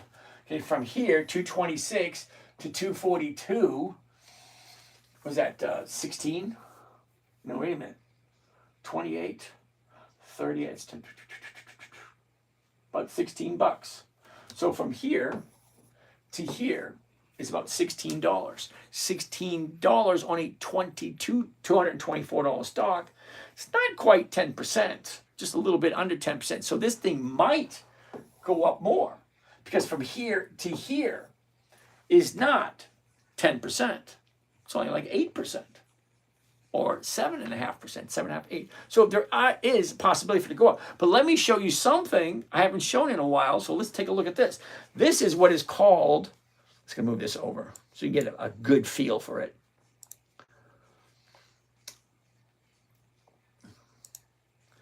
This is called a seasonality chart. What is it showing me? It's showing me one full year. All the way over here is January 1st. All the way over here is December 31st. The blue line represents the movement this year. This is what the stock has done this year, that blue line. The red line is 10 years average movement. This is the average movement. Look, January, February, she goes up. Whoops. She goes up, she goes down. She goes up, she goes down. She goes up, she goes down, she goes up. So where are we right now? We're right here. So let's zoom into that and see what we can expect Apple to do for the next couple of weeks. Well, here we are right here. Right there. Okay? This little blue dot, that's today. Okay? Here we are. That's going to go down, and then it's going to go back up again. So I'm going to hold off on Apple only because, number one, okay, not much more can go because here's the 30-day high here. Right now, it's challenging that 30-day high. Can it go higher? Yeah, it can. Is that a game you want to play? Well, there's 10,700 other companies that might be a better fit because you should have gotten this a couple of days ago when it hit this and then it went up. Or a couple of weeks ago when it was here, then it went up. I like Apple. I should be watching it all the time. So as much as I like Apple, I'm going to pass on it for this week. That's me. But for you, if you like it, let's take a look. 238, we're going to look at the 240s. 240s right there. That's the closest one. One contract. Whoops, one, right there. Market order. Here we go. Here's Johnny. Buy one covered call of Apple. 26 September, that's next Friday. The 240 call option. 330 is the profit. 23 is the investment. Let's see. Calculator, come on down. Let's see what you got. Let's see what you got, brother. All right, 330 is the profit. Okay, maximum profit, 330. Let's see what it looks like. Divided by cost of investment, including fees, 23,670. Grand total of 1.39. Well, look at else what we saw tonight. We saw 8%. Wait a minute, that was yesterday, FedEx. We saw Starbucks 1.9, Kohl's 6%, Dollar General 1.8, Merck 1.9. Well, this one is 1.3. Let's call it 1.4. Still over 1%, and it's Apple. They usually always come up with a new nifty product in the fourth quarter. Well, guess what? Fourth quarter is only a couple of weeks away. Kind of makes sense. Hoax, Intel. Let's get my seat so I can get comfy because we're almost at 10:30. Oh, my goodness. Hoax wants to take a look at Intel.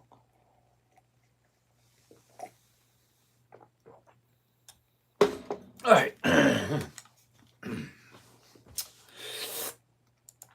Intel.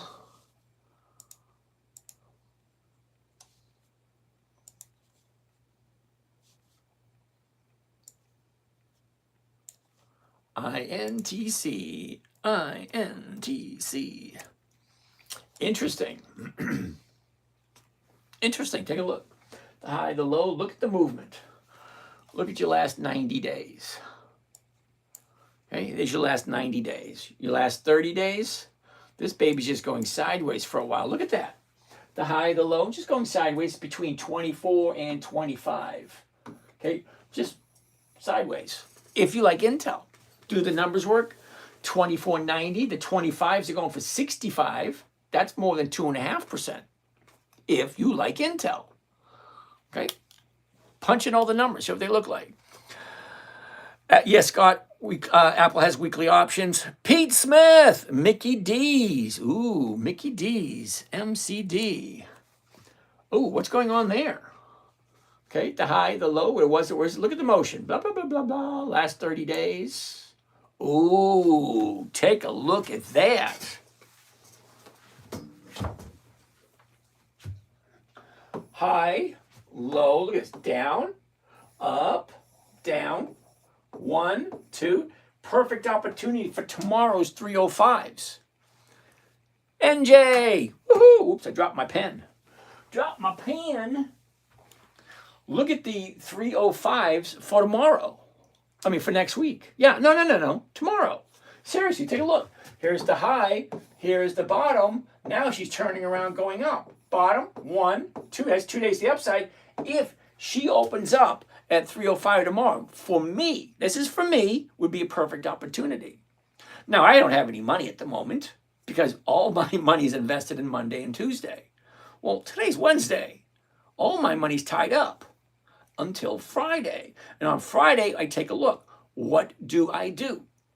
What did I buy? What did I sell? What's that now? What should I do next? I do that on Friday. Then on Monday, I go buy some more stuff. And then all my money's tied up on Monday and Tuesday, Wednesday. So I've been doing this long enough. It's kind of like routine. Okay? I do all my trades Monday and Tuesday. I pay all my bills on Wednesday because I get all my money on Mondays and Tuesdays. And then Friday, I decide, do I want to push it forward another week? Do I want to sell it out? Do I want to bring in some more cash? It's repetitive and boring. So you want to have a conversation, okay, go to the website, book a call. I'll give you a buzz. We'll chat. I can guarantee you and promise you I will not try to sell you anything. We'll just have a conversation because this is not for everyone. Okay, tell me what you like. Tell me what you're looking for. Tell me where you are. Tell me where you want to go. And I'll say, yeah, hey, you know what? This is not for everyone. Jumati, is that right? Thank you, Jumati. All right. So anyway, let's take a look at Mickey D's at 305. 305, Mickey D.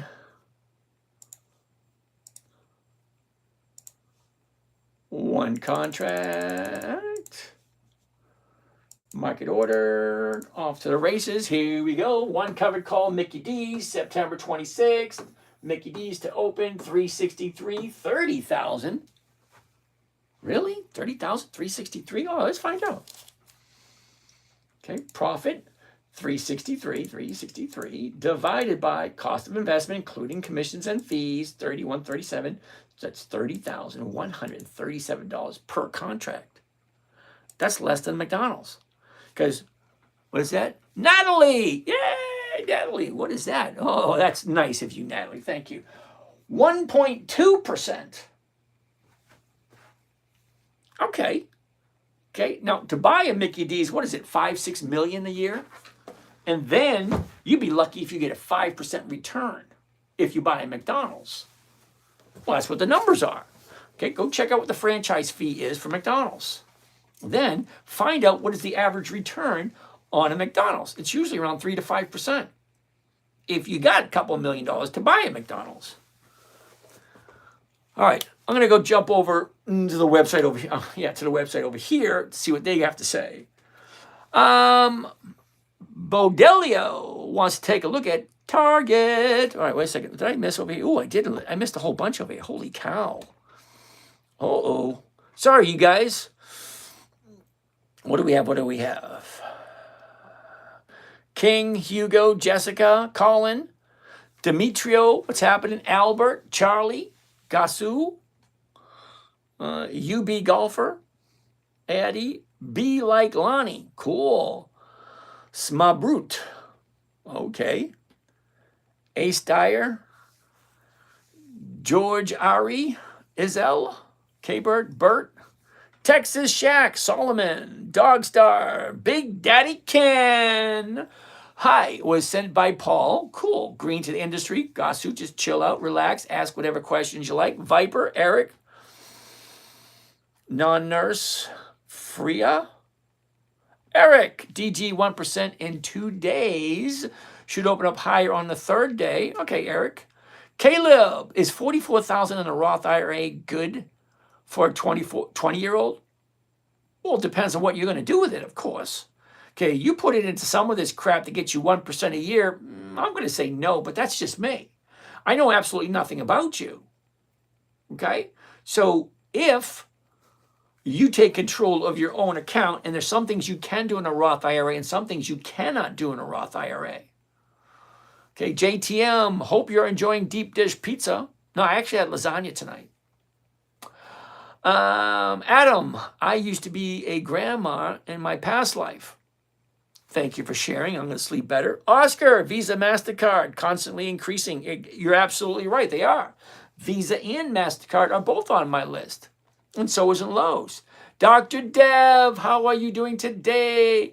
You were talking about the second rule. Can I do it? Yep. Can you? I mean, if you're a doctor, dude, you should be able to grasp it like this. Okay? 9-year-old. If it's on the list and it looks good, yes. That's it for my 9-year-old daughter. Never buy something on the list that's not on the list. Make sure the company's consistently profitable. Never sell at a loss. Weekly options only, and make sure the numbers work. Mike Sweeney, Seth, good evening. Davo, what stock is that? That is Mickey D's, McDonald's. Garza, we looked at TSLL. Thank you. Mike Sweeney, thank you. Landonci, okay. Brad, can you explain how stock options can predict implied move on a stock after earnings are released? Yes and no. Yes, I can explain to you, but no, I'm not going to, because it's going to take up way too much time, and it's supposed to be a simple strategy. What you're asking is a more complex strategy, more effort.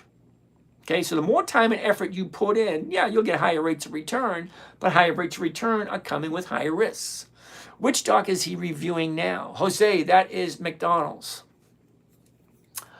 I would not think that Tesla meet the parameters fund not in dividend stock. You're absolutely right, Jose. Okay. Socrates, cool beans.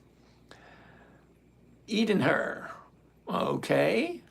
Farhand, okay, whatever. Can't read that. User 6882K, thanks, you're welcome. Brentwood, how much money do you spend per trade? Well, I have 7 different accounts, so each account is different depending on how much is in the account. But I like to keep it at 20%. So if I have 100 grand, it's 20, 20, 20, 20. If I got $1 million, it's 200, 200, 200. Okay, so it's all relative to what you have. For me. Brad, FedEx, cool beans.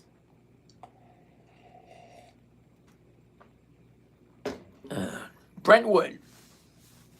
That's seriously your rundown because it went up. Now it's going to go down. I'm going to agree with you, Brentwood, because stocks go up and then they go down. And then they go up and then they go down. Just how far is going to be the question. What if it keeps going up? Okay, Brentwood, I've never, ever, ever seen a stock that kept going up where there wasn't some kind of a pullback or some kind of profit taken. You name me one stock that went up and never came back down again. Okay, they go up, they pull back. They go up, they pull back. They go up, because there's always someone jumping out and taking their profits. Mastercraft HVAC, you're listening. I'm listening. Don't you have more gamma risk with selling the weeklies rather than the monthlies? Poor man's covered call. Ooh, I like the poor man's covered call. I don't do them anymore because the rate of return as opposed to the time and effort into them, I just don't do it. I prefer the 1% a week. I do. It's simpler, it's easier, it's less time, less effort. And you're right, but here's the thing. I did not explain to my 9-year-old daughter about the gamma risk. I did not explain to her about the delta. I did not explain to her about the Fibonacci. I did not explain to her about the RSI, the MACD. I didn't explain to her anything. I told her, follow the bouncing ball. Up, down, up, down, up. It's going up, great. That's a yes. Okay, if it's going down, that's a no. For a 9-year-old, it's simple. Adults make it more complicated than it needs to be. Lockheed Martin, Lunco, she show, okay. K-View and HRL. All right, let's take a look at K-View and HRL for she show. She show. All right, anyway.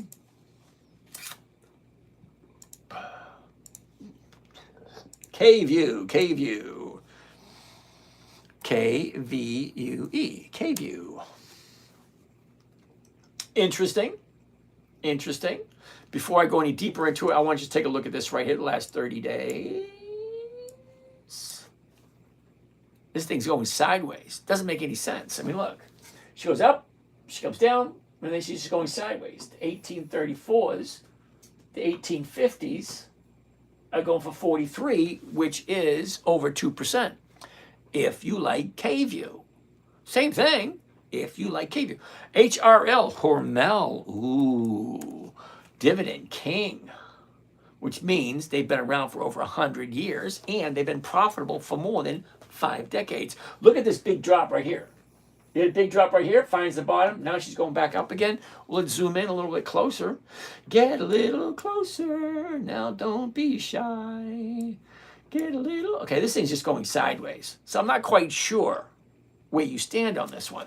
Because you top there, because this is going to fill eventually. Let me get up. Let me get up. All right, here's your high, here's your low. She went up, big gap down. Now she's just going sideways. 24.89, the 25, 0. Yeah, no thank you.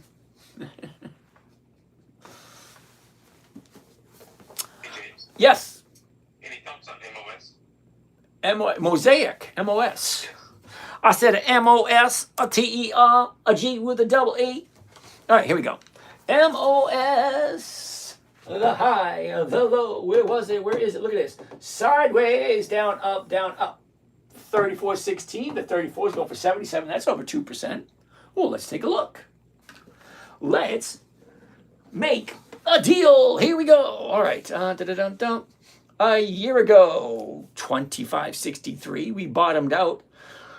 Second week of April, TDS day, 22.36. From 22.36, she jumps up to 38. 22 to 38, that's $16. $16 on a $22 stock? Was that 70%? 75? Okay, 90 days. High, low, was, is. Look at this. Down, up, down, up. Okay, that's easy to see. Get your high here at 37. Now we're at 34 and keep going up. But she went from 32 to 34. That's only $2. $2 on a $30 stock. Well, that's only like 7%.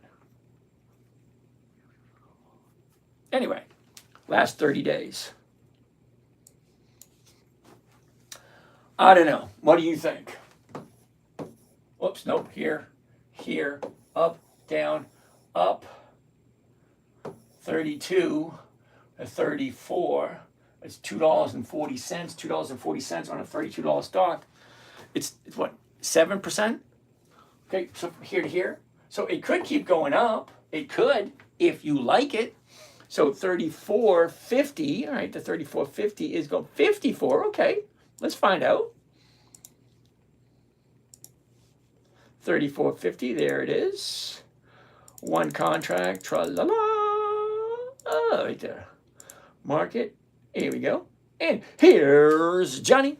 Johnny Tony's 1x1 covered call Mosaic, 26 September, that's next Friday. Mosaic at the market, the 34.50 call option. $89 is the profit, $3,300 is the investment. Weekly cash producing asset. Does it make sense? It either makes sense or it doesn't. Okay, weekly cash producing asset. How much money do you have to buy however many weekly cash producing assets you like? Well, I like Mosaic, but is it the right time? Do the numbers work? Well, let's find out. The profit's 89.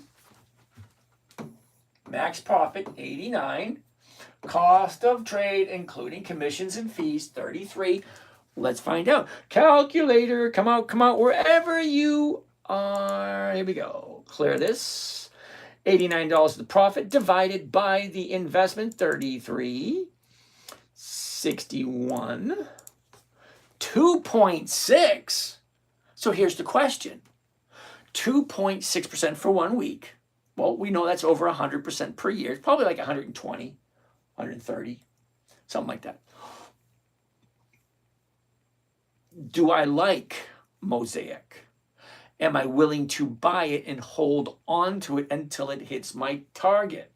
Well, right now it's at 34.16. I'm selling it at 34.50. And I will never, ever, ever sell it for less than what I paid for it, because to me, that makes no sense. Mosaic has increased its dividends for a very long time. And they are over, I believe they're over 100 years old. I believe. Don't quote me on that one.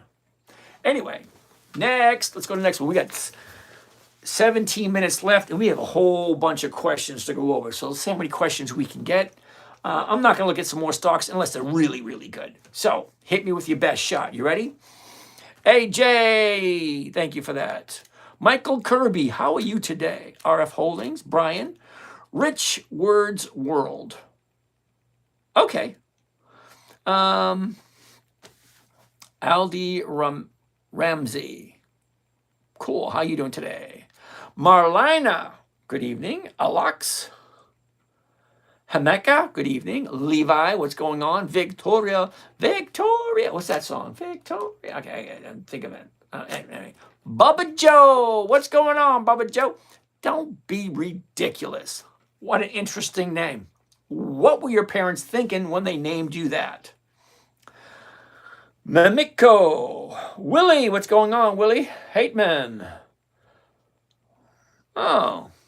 Good evening, fan. I'm not saying that. What stock symbol is that? MOS. That's Mosaic. Fatima, good evening. WCMCSN. I don't even know how to pronounce that one.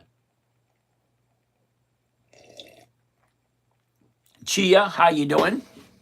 Let's keep on going. Michael, good evening, Michael. Nanny, good evening. Chia, thank you for giving wisdom. You're welcome. FLW, NDL, Gamer, good evening. Patton 262, what's going on? Free Rider. Simi, how are you today? Hati, Tigger. The only Moni. All right, Sonique, good evening. Hydro Shop, what's going on? Josh, what's going on? Thank you. All right, Hoax, we already did Intel. Mr. Cowboy, I want to be a cowboy. Ooh, I like that song. Ooh, I like both renditions because I want to be a cow. Who sings that? I forget who does that. I like John Bon Jovi's Cowboy too. What company is this? We're looking at Mosaic.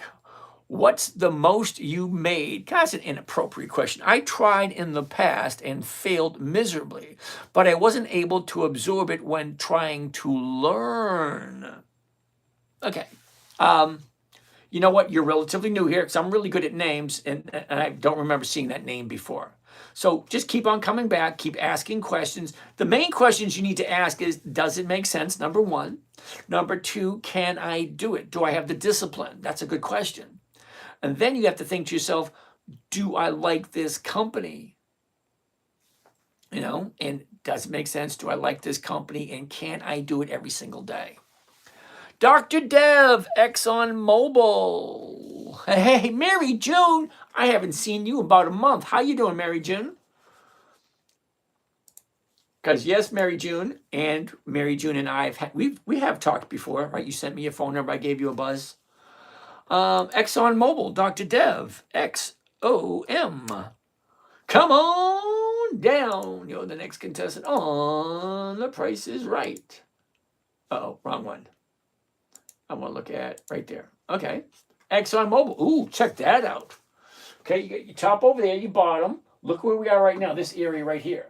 Okay, she went up, she went down. Now she's going back up again. Look at top's way up there. Okay, that doesn't look that bad. The 115s, I got to go over to this side now. The 115s are going for 166. So yeah, all the numbers work. If you want to take a better look at it tomorrow, we'll take a look at it tomorrow.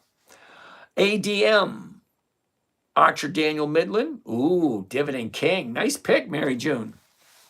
All right. What company is this? ExxonMobil. Marcus, Mr. Salavan, how are you doing today? Heather Bailey, good evening, good evening. I think Bill Bailey was my buddy in high school, right? We joined the service together. He had a sister. He had twin sisters. One was Heather. I think the other one was Sarah Bailey. Anyway, he passed a long time ago. It's like, that's not fair, you know? He's the same age as me. We went to school together. He's been gone over 10 years. Anyway, Midwest, how you doing? Overlord Alvarez, how you doing? No Fret Brett in Connecticut. No Fret Brett in Connecticut. Way to go, No Fret Brett. How you doing today? Back 1861. Okay, hoax. Who was that? I have no idea what that means. We're done. No questions there. No questions there. Oh, wait a second. Got questions over here. What do we have over here? Ooh, DVN. So T-Mac wants to take a look at Devon Energy. DVN. Tra-la-la. Okay, here we go. DVN. High, low. Where was it? Where is it? Look at this. Down, up, 35.41 to 35.50, 70. That's over 2%. Let's take a gander. High of the year, 43.33. Low of the year, 25. That's a big drop, 43 to 25. Okay, so look at the last 90 days. Okay, high, low. Where was it? Where is it? Nice movement to where we are now, last 30 days. That looks nice, doesn't it? High, low, where was it? Where is it? Look at this. Up, down, up. 1 day, 2 day. Tomorrow will be day number 3. So if tomorrow is up, you know, higher than today's close, which is 35.41. So if it's at 30, once it hits 35.42, that's my jumping in point. Because I like 2 days. 2 days to the upside. On the third day, I will jump in. Okay. That being said, 35.50, 70 cents. We got 10 minutes left. Don't really have time to look at this one because we still have a whole bunch more questions. 73 and 20. I got over 100 questions to look at. Sorry. But I do like Devon Energy. Look at it. It looks cool. Brianna, how are you doing, Miss Brianna? Hilda Hulinda, good evening. Jeffrey Bond, how you doing? Jesslyn, how are you? Let's keep on keeping on. Hung Daisy. Crod, 1134, how you doing? K-Van, did we do Alcoa yet? AA. Nice, look at that. The high, the low, look at the movement from here, whoops, here to here. It's hitting the high, now it's coming back down again.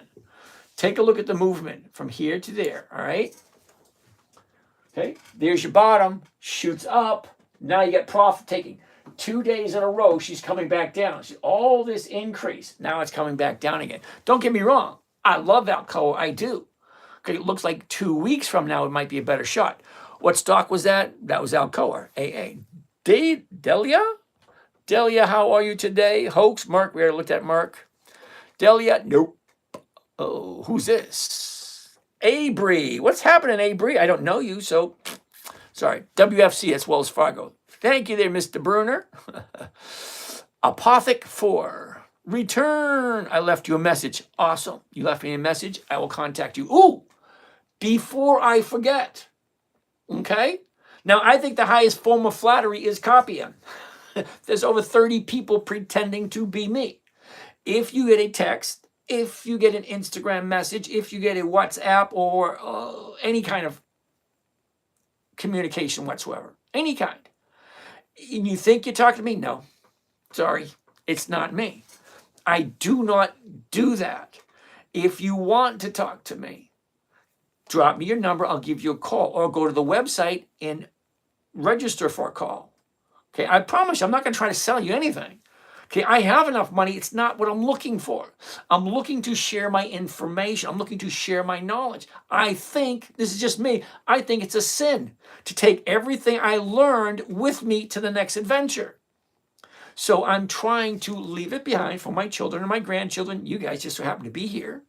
Okay, so I'm creating a video diary for my children and grandchildren, and you are here to take advantage of that situation. I don't blame you. I'd do it too. Some bonehead online making money showing you how to do it for free. All you're doing is you're investing some of your time, seeing something you probably never even thought of. And then you have to ask yourself questions. Does it make sense? Can I do this myself? Well, you can practice all you want with paper trade. It's kind of like Monopoly. It doesn't cost you anything but your time. You don't have any time? Fine. Does it make sense? Buy a good company. Sell somebody the rights to buy it from you for the exact same price you just paid for it. It either makes sense or it doesn't. All right, let's keep on going. Return, thank you. You left me a message. So as I was saying, okay, if you think you are talking to me through a text, through a some kind of Discord or something like that, it's most likely not me. Okay, if you want to chat, I have no problem whatsoever. I love talking to people.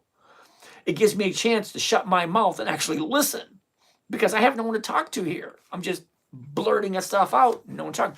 So you know what we're going to do in the near future? We're actually going to have a phone line so you can actually call in and ask questions. If you're up for that, there's always someone up for that. At the money or little bit above your cost basis. Knowledgeable investor, back again. How are you today? I remember the first time you came here, you were negative, negative, negative, but now you're getting a little bit on the positive side. Good for you. Club Med Tom. Got bad news on Nucor. Okay, glad I didn't buy it. Combo Crusader, PYXIS. I have no idea what that means. Truly Tyrone, how are you doing? Ken, how are you doing? Dela, it's too high up in the price. Thank you, Dela. James, you are trying to capture a 1% premium on a covered call each week. Is that correct? Okay, knowledgeable investor, it was correct the first time you asked me that like 2 or 3 months ago. Nothing has changed in the last 2 or 3 months. Okay? So yeah, you're on a new TikTok channel this time. You were on the other TikTok channel last time we've had conversations. Okay, so I'm good with names. So if you're going to try to stump me, you're going to have to come up with a different name. And then don't ask me the exact same question you asked me 3 or 4 months ago. Can you check PYXIS? I have no idea who they are. PYXIS. Okay. PYXIS. When it says we cannot find that symbol, that means one of two things. One, it doesn't exist, or two, it's not a U.S. stock. That's all that means. Katim, what's going on? Bugsy Malone. No way. That's a cool name, dude. Bugsy Malone. No, don't worry about it. Got Bugsy on the case. How you doing, Bugsy Malone? Katim, what's going on? Sejay. Shalon Ambrosi. Okay. Loreto, how you doing? Dahlia, 1.89%, not bad. Evilium Empire, hold on. How much did you say you could make a week off of 100,000? Okay, looks like I got his attention. 100,000, 1% a week is $1,000 a week. That's 1% per week. That's my goal. And yeah, I've hit my goal. Ooh, see, I haven't shown this in a while. Who is this one? Evilium Empire. Okay, I haven't shown this in a while.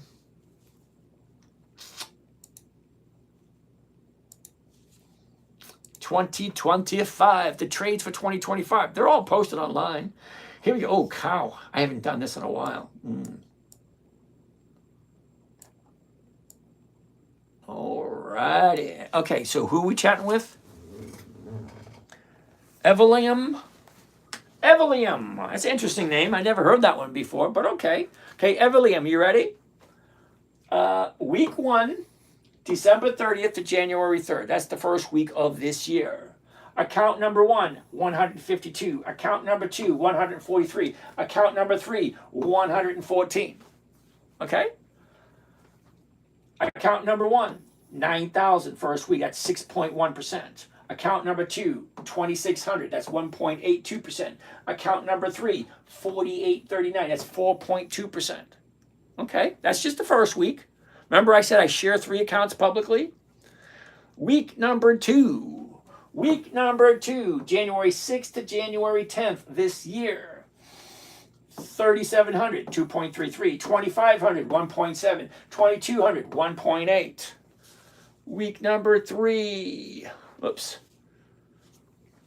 Week number 3, January 13th to January 17th. 7,900, 4.8%. 5,400, 3.65%. 2,200, 1.89. Sorry, 1.87. They're all there. You just click on any one of these. Okay? There's all the trades. Here's the timestamp. Okay? Here's the strategy. Here's how many contracts. Here's the stocks. Macy's, Kohl's, Riley, MPW, Intel, Kohl's, Intel, Macy's, Harley Davidson, Macy's, Intel, Macy's, U.S. Steel, Harley Davidson. Okay, here's how many contracts. Here's the profits. Here's the profits right there. Add them up yourself. They're all there. I have 7 accounts. 7 accounts. I share 3 of them publicly. I don't hide anything. So 1% a week, okay? $100,000, 1% is $1,000 a week. 10 or 15 minutes a day. It's a strategy created for a 9-year-old. Simple, safe, predictable, consistent. No way for her to lose. When I say no way for her to lose, I'm talking about my daughter, okay? For her, it was nothing but pre-qualified dividend stocks. Ooh.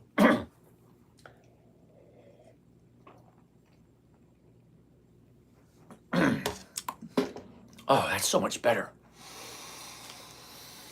Now, when I say no way to lose, think of it this way. I was born in the 60s, raised in the 70s and 80s, okay? Basically, growing up, Coca-Cola has always been there.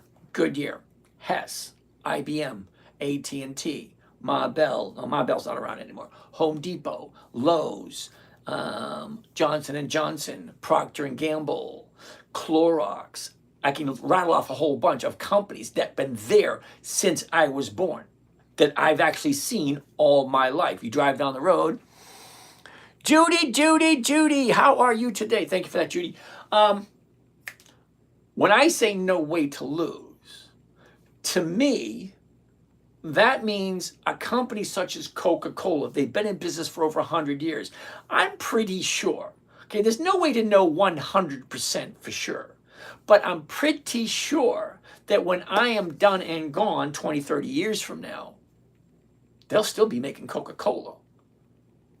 I could be right. I could be wrong. Okay? Maybe. It's past 11 o'clock. I'm going to breeze through these as quickly as I can. Big Ray, do me a huge favor. Yeah, I understand the dividend's over 1%. $1 per share. I get that part. If you could evaluate this one, I would be so grateful for you. Now, Big Ray, you're not going to be happy about this, Big Ray. I can almost guarantee you ain't going to be happy because I'm going to call you a freaking bonehead. Don't take it personally, but I am. I'm going to call you a freaking bonehead. The reason why, MSTY. All right, here we go, Big Ray. You ready? Yield Max MSTR Option Income Strategy ETF. There it is. MSTY. Are you ready? Dividends only. Every single dividend in MSTY has paid out for the last 20 years, the last 2 decades. Hold on a second. The very first dividend was 2024. This thing ain't even 2 years old, brother. What the hell are you investing in a company that's not even 2 years old? And you think the dividends are good? Hold on, are you ready? Very first dividend, $4.12. $4.12. The very first dividend. The second dividend, $2.54. Now, answer me this. Is that going up in profitability or is that going down in profitability? The very first dividend is $4. The second dividend is $2.50. That's going backwards, brother. That's down. Hold on. It gets worse. It really does. So it goes from 4 to 250 to 3 to 230. That's down. 190. That's down. 185. That's down. Back up to 419, 440, 3. That's down. 227. That's down. This is like the two-step. 1 step forward, 2 steps back. 2 steps forward, 3 steps back. What the hell are you thinking? The company's only 2 years old. Okay, you put 40, 50, 60 hours in every single week of your hard-earned money, and you're giving it to someone who's not consistently profitable. 4, 2, 3, 2, 1.9, 1.8, 4, 4.4, 3.0, 2.2. I'm going to call it a night. All right, so tomorrow I'm heading to Chicago. So it's not going to be the same setup tomorrow night. Okay, so I won't be broadcasting an all 9 tomorrow night. Okay, I will be back Sunday night, but I will be doing tomorrow night, the next night, and so on and so forth. But I will be somewhere else. So the setup tomorrow night will be a little bit different. I'm going to apologize for everyone I didn't get to tonight. Let's see if we can go over some really quick. Big Ray, I feel bad for you, whoever talked you into buying MSTY. They apparently sold you something and you bought it and you didn't realize what you were buying. That's what I like to think.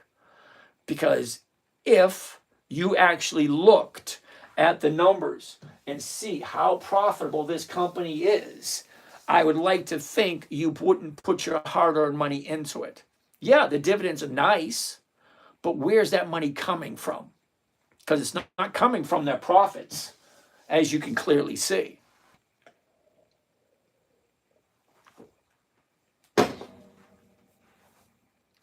Big Ray.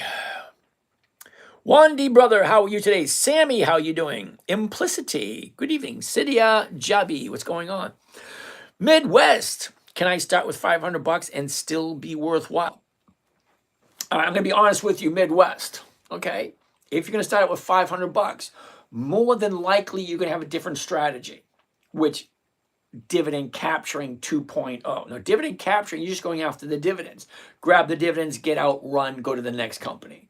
Now, if you're going to do it that way, my suggestion would be, sorry.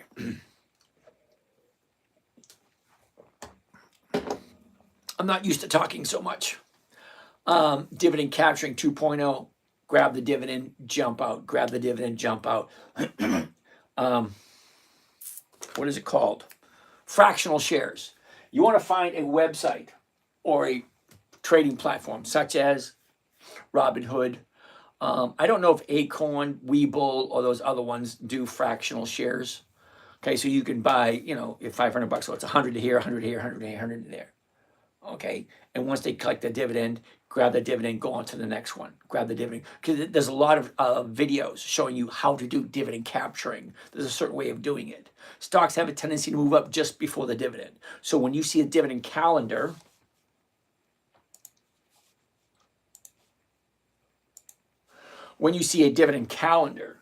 you know all these companies are getting ready to pay a dividend. Now, just before the dividend, let's say Campbell Soup. You know who Campbell Soup is. They've been around for over 100 years. Campbell Soup, if you want to get the dividend on Campbell Soup, you want to buy it before this date. Okay, 2 weeks before on a Monday, more or less.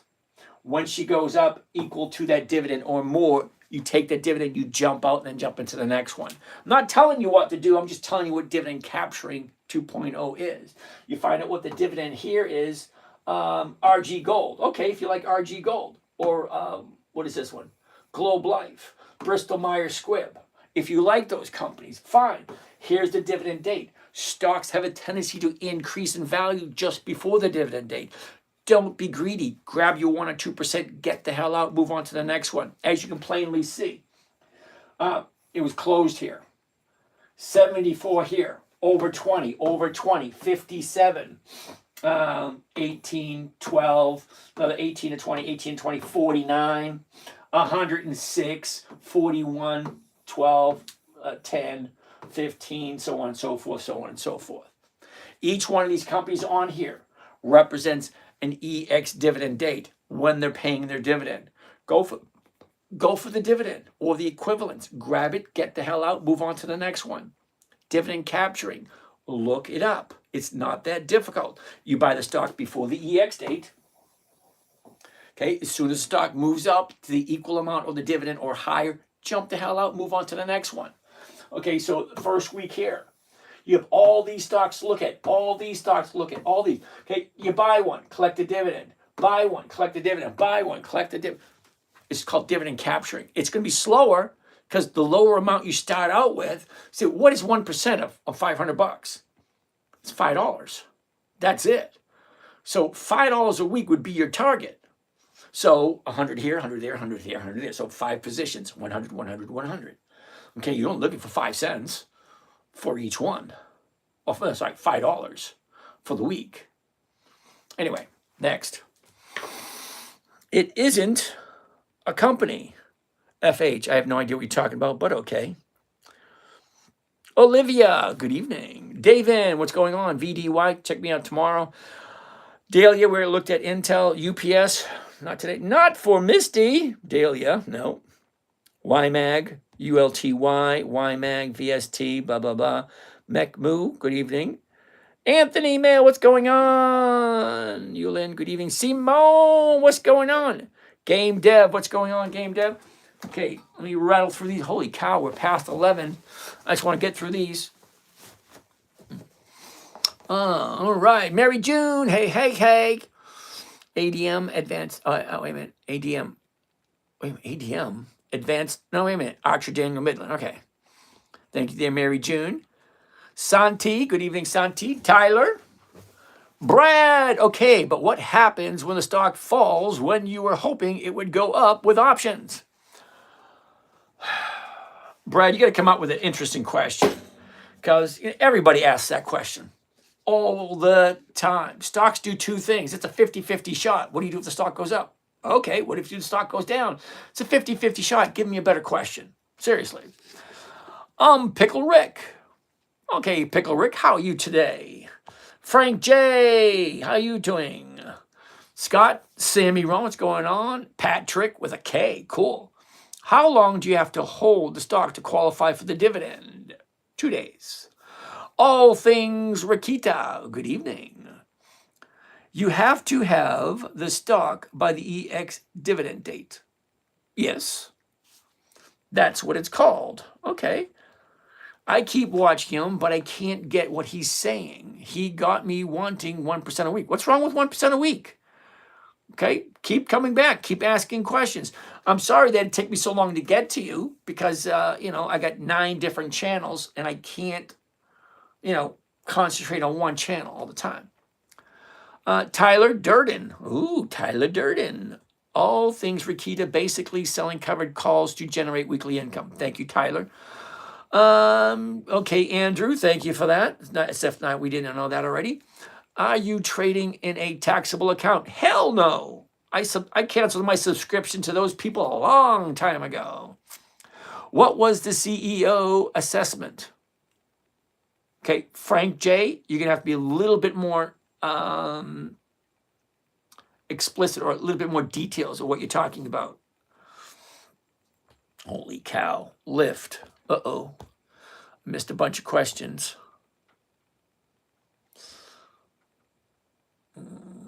Chipotle. Was that Alex? How you doing, Alex? Marcy. Good evening, Marcy. Crooked Page Publishing. Crooked Pages.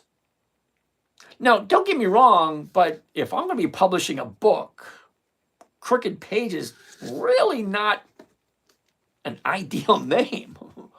In my humble opinion. What the hell do I know? Mike Sweeney, what stock was that before Dollar General? Oh, I don't remember.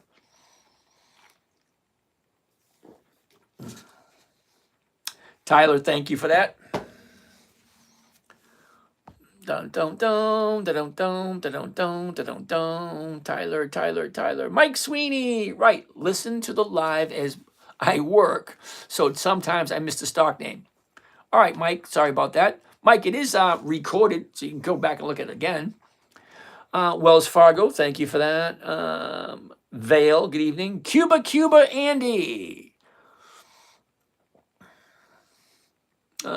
301 Connor, hoping the best for everyone with these rate cuts. Okay. You've been investing longer than I've been alive. Thank you.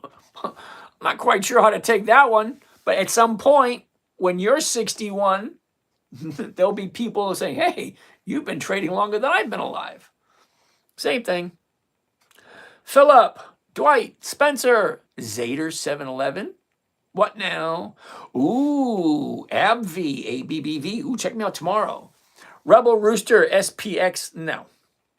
Philip, I've been moderately buying Lucid. What's your thoughts? Ask me tomorrow. Bro, what are you even doing here? Okay, it's an interesting question. Right now, I'm sitting. Thank you for asking. So what? All right. Heisenberg, Rabbi Alfred Chowda. Okay, thank you, Rebel. Bro, this is trash. I will trade circles around you. Okay, you have fun with that. Uh-oh, what's the RSI MACD? What's the strength look like? What are the targets? Good entry. I'm going to say good entry, but, hey, anyone here, please stop wasting your time. Bro, nonsense with no support. Oh, cool beans. All right. Learn trading before you live stream to people. Awesome. I love negative people. I really do. You haven't said one thing yet. What are you talking about? Great job, blah, blah, blah. Learn trading before you stop picking people, blah, blah, blah. 23, get out. Marie, blah, blah, blah. No, nothing better to do. Close, huh? Okay, Ishmael. This is a pre-recorded. Okay, it's always, somebody always says it. Every night somebody thinks this is a pre-recording. Not even an actual account. Okay, thank you. Hobby Lobby hasn't been around long enough. Dr. Dev, I made that comment because you've got sidetracked with distractions. I always get sidetracked. Tuck, Tesla having a good run? Yes, it is. Thank you there, Tuck. Stephen Ashmore, Altria. We already looked at Altria. Ooh, Kimberly Clark. That's a nice one. Kane Adams, Jalenta. I like the way you teach. Thank you. AbbVie, Zeta. We'll take a look at AbbVie tomorrow. ACN. We'll take a look at that one tomorrow. No name. Do you got a Discord community? Yes, I do. Do you got a Discord community? Yes, I do. We already said that one. Love the energy. Thank you. Thoughts on Kimberly Clark? Love Kimberly Clark. Ian, what are your monthly profits on average? Oh my God.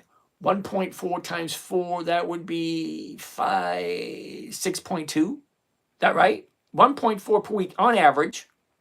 That would be 6.2 per week and per month. Sir, can we look at the ticker NVO? Drizzle will have to take a look at it tomorrow, way past 11 o'clock. I made 400 after watching you for 2 months. Awesome, Drizzle. Hope you keep on doing it. Keep coming back. I'm here every night. Ooh, we're at the end. Connor, do you practice alpha algorithmic trading?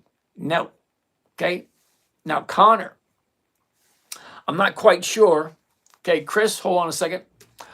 Connor, do I practice algorithmic trading? Now, Connor, when I say I created this trading strategy for my 9-year-old, so I'm thinking to myself, I know there's no way of going back in history, no time travel, but ask you, when you were 9-year-old, did you understand algorithmic trading? And if you didn't, how would you teach that to a 9-year-old?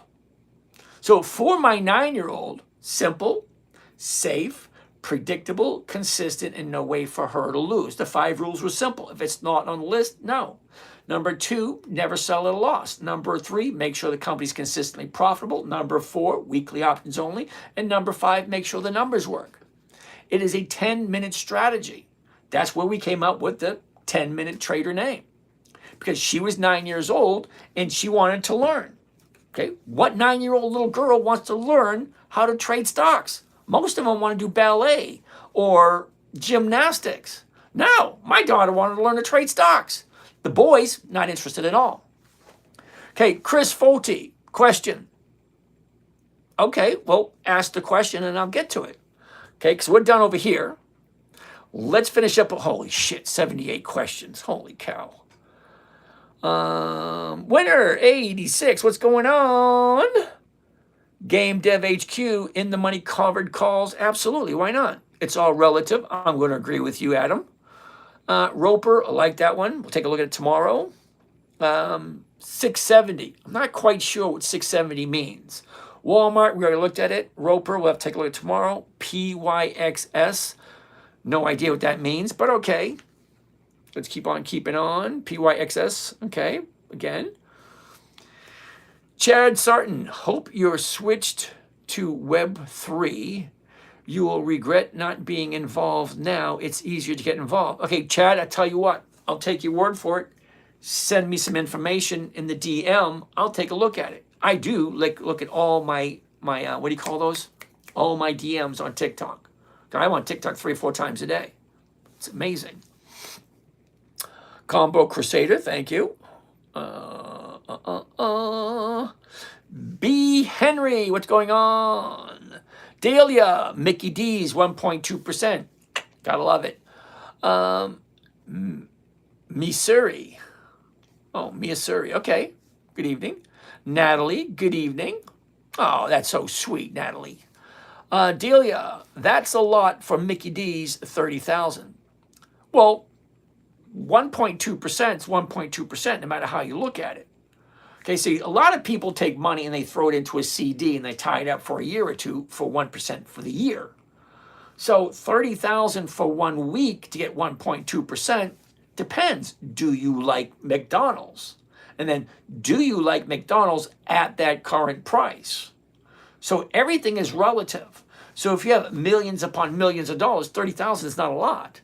But if you have 25,000, then 30,000 is a lot. So you might not want to do Mickey D's. You might want to stick to a stock that's less than that. Remember, there's over 10,700 different companies. That's a lot to choose from. All right, Chris Foti, I'm waiting for your question, brother. Okay, I'm waiting for it. You said you got a question. Let's have it. Combo Crusader, PYXS. Okay, we already looked at that once, couldn't find it. Brentwood, look at Gush Oil, ticker Gush. Brentwood, I've never heard of that.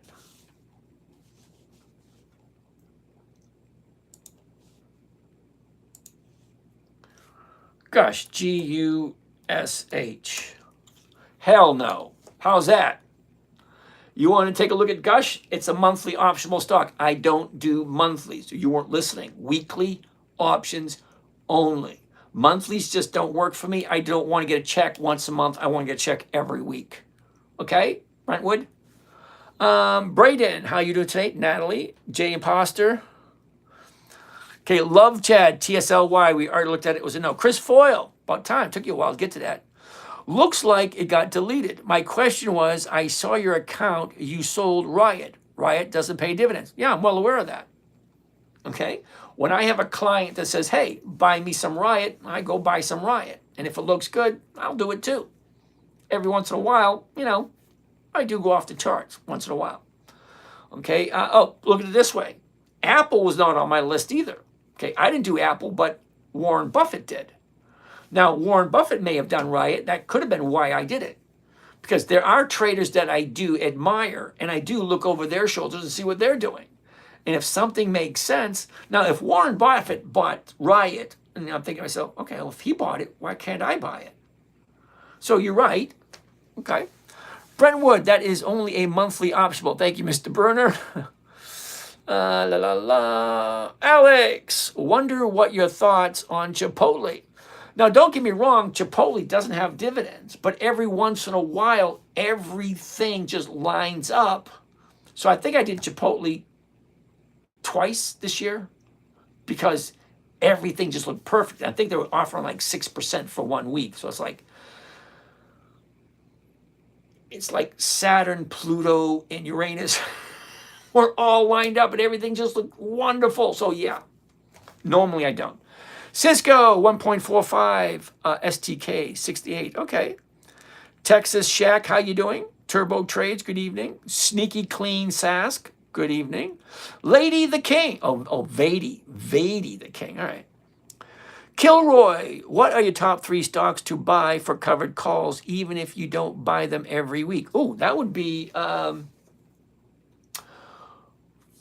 Macy's, Macy's, Walgreens, Kohl's. Dying to learn how to do this so I can quit my job and do this for a living. Oh, cool beans. Well, Chris, you're relatively new here. I'm good with names, so I would remember that name. But I haven't seen you before. Santi, good evening. Thank you there, Mr. Santi. I'm just about, holy cow, I get 84 questions. It's like, didn't I just answer a bunch of these? Uh-oh.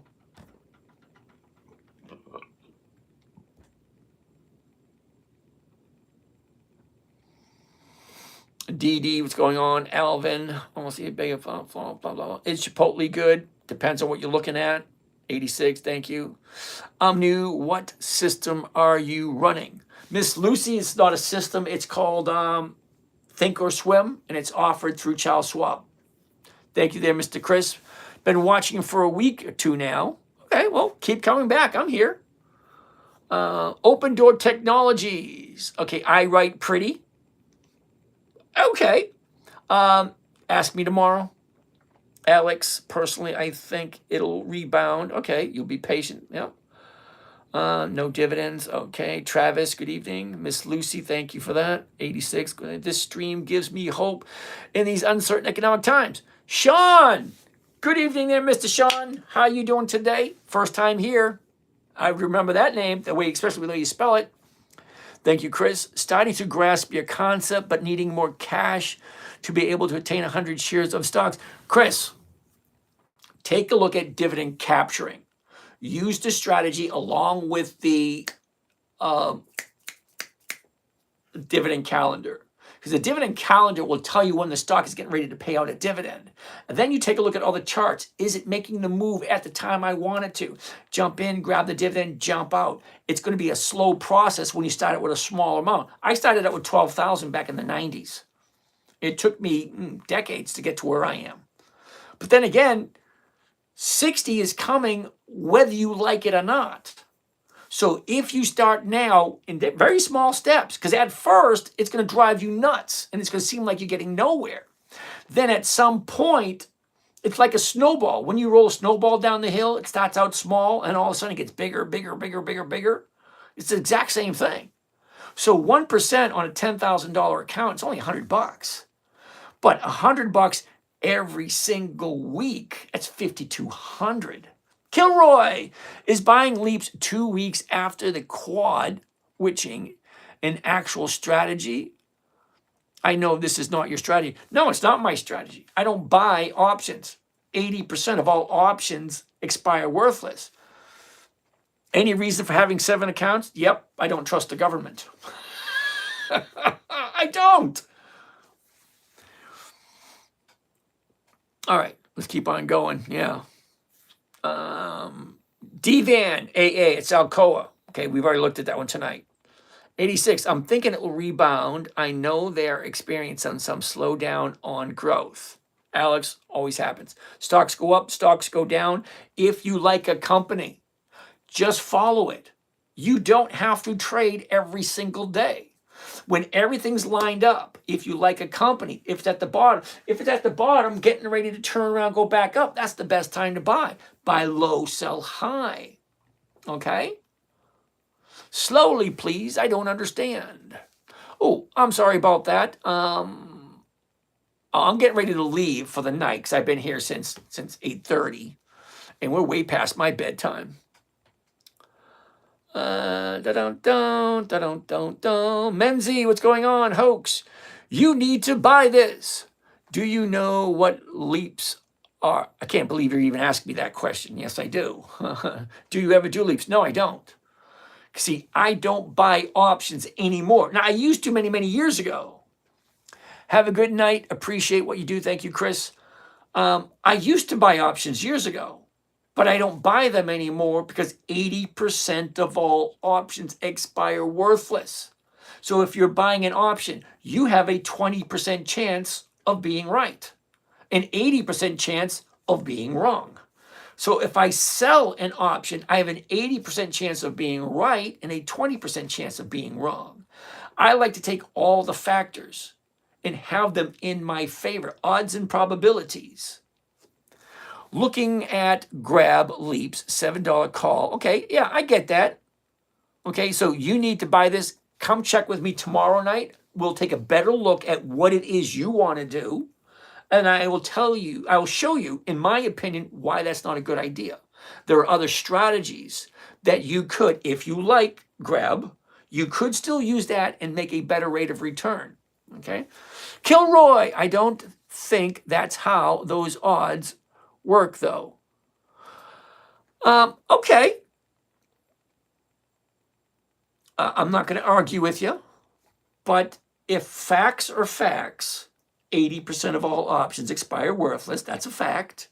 That would mean only 20% of them are actually profitable because 80 and 20 equals 100. Okay, so if 80% expire worthless, only 20% actually make money. That's how facts work. Options get sold far out of the money. I buy them and sell, then they expire worthless. Okay, but did you hear what you just said? You buy and then you sell and then they expire worthless. Yeah, eventually they always expire worthless, most of them. So depending on what your strategy is, you're buying far out of the money. Awesome, nothing wrong with that at all. When they go up, you sell, you make a profit, great. But after that, they expire worthless. So it all depends on what your strategy is. I don't buy options because I know okay, I'm not even going to get into that one. Let's keep on going. AS, what's going on? Faria, good evening. Zaki Mahmoud, good evening. You need to buy this. Realty Income, hell no. I don't do monthlies.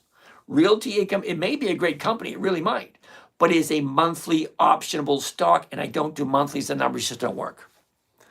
Thank you, Kilroy. I appreciate that. Drum time, what's going on? Abduli, how are you? Gen Z Koenig. How you doing, Gen Z Koenig? Metal Face. James, what website are you using for that information? Okay, Metal Face. This is not a website. This is Thinkorswim. It's a trading platform. The website I do use is FinViz, Financial Visualizations, finviz.com. That's one. Then I use Yahoo Finance. They're both free to use. Okay, let's keep on going. Sharperlative. What does the 10-minute trader consist of typically? Should I just go? Uh-oh. It just moved. Uh-oh. Where are we? Okay, here we are. Okay. What does the 10-minute trader, 10 minutes, consist of typically? Should I just go to the website? Okay, the 10 minutes consists of, okay, if you take a look at your account, let's pull one up.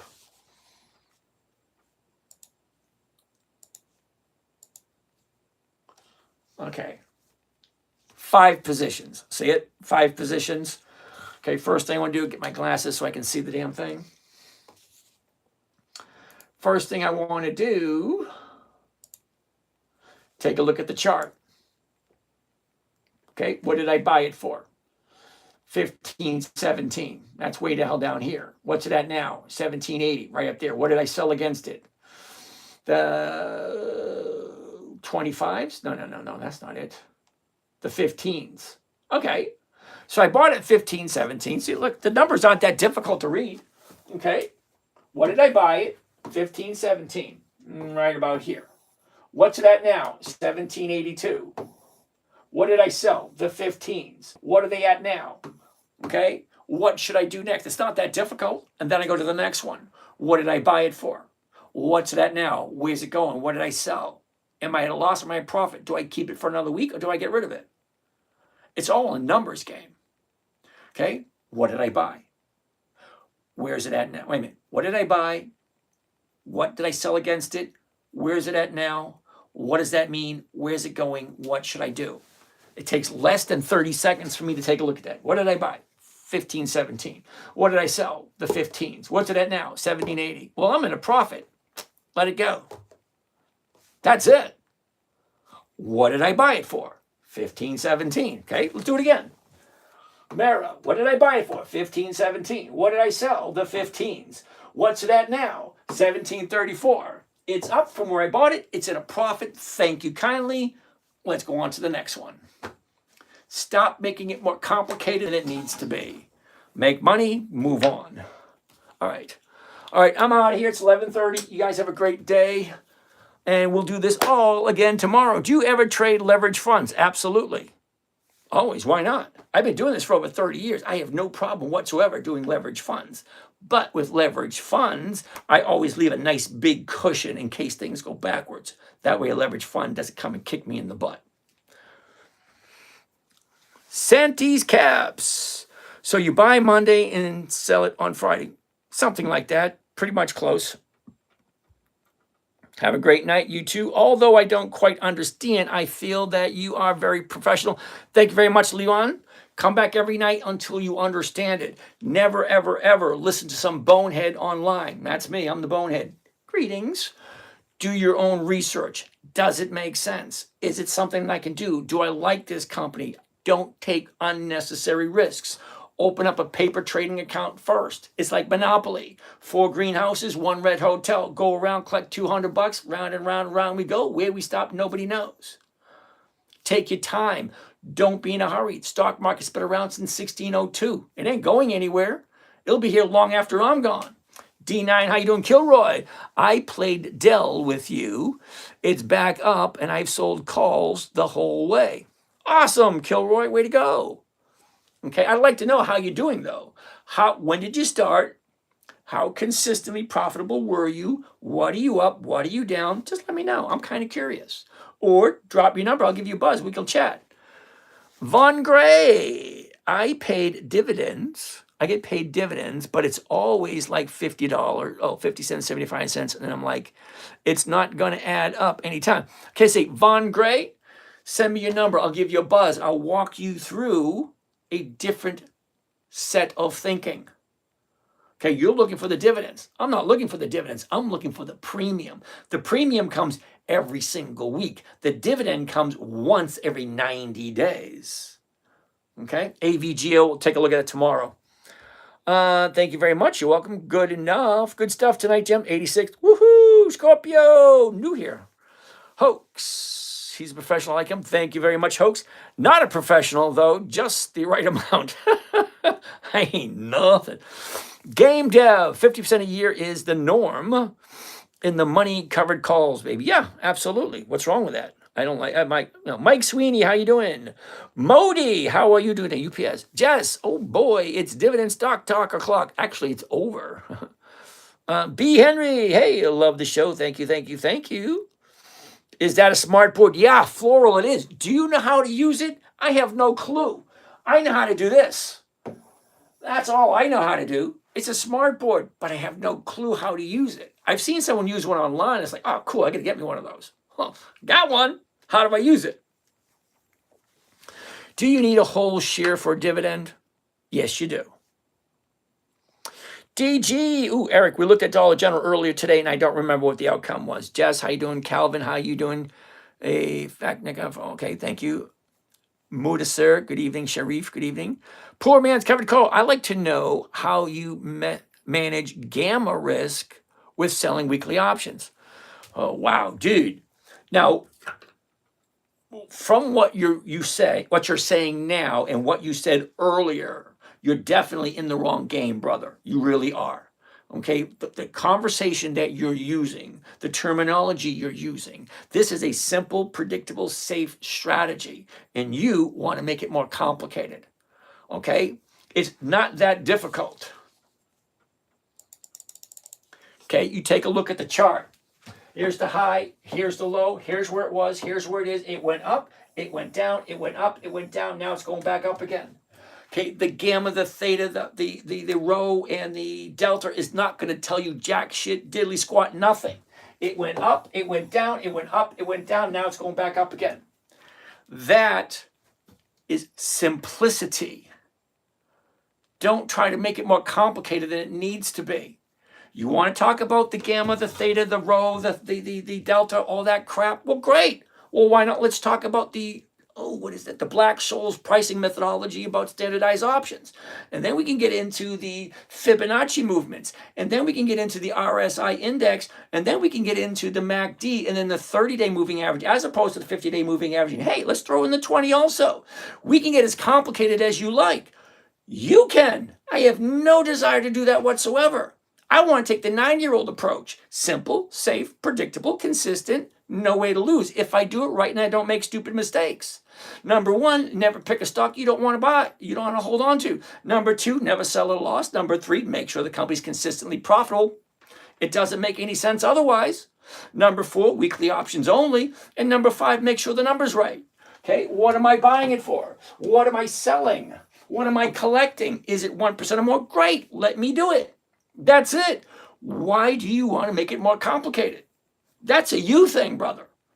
I like simplicity.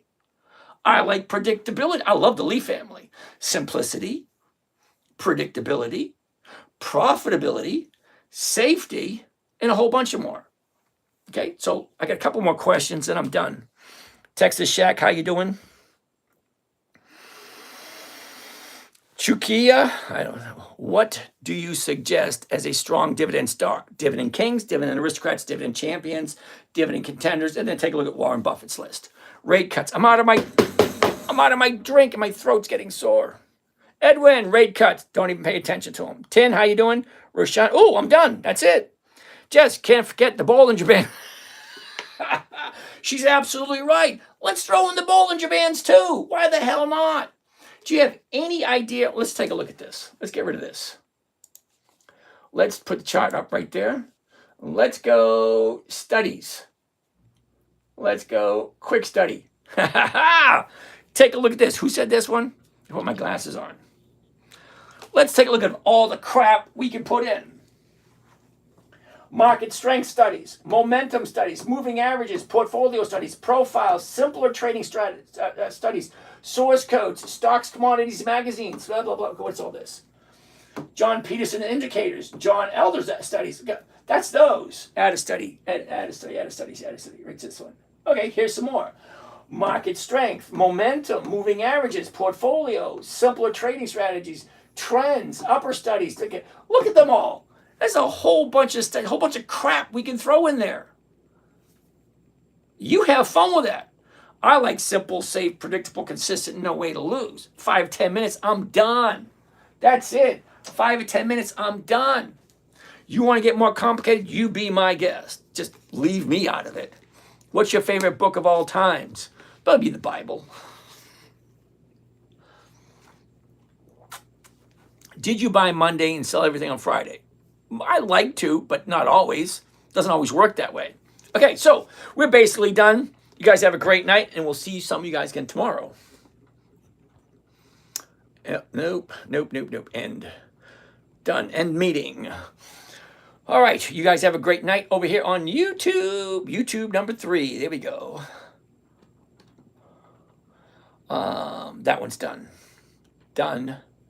And over here on X, that one's done. Okay. TikTok, good night. Good night. Sleep tight. And pleasant dreams to you, with the wish and prayer that all your dreams come true.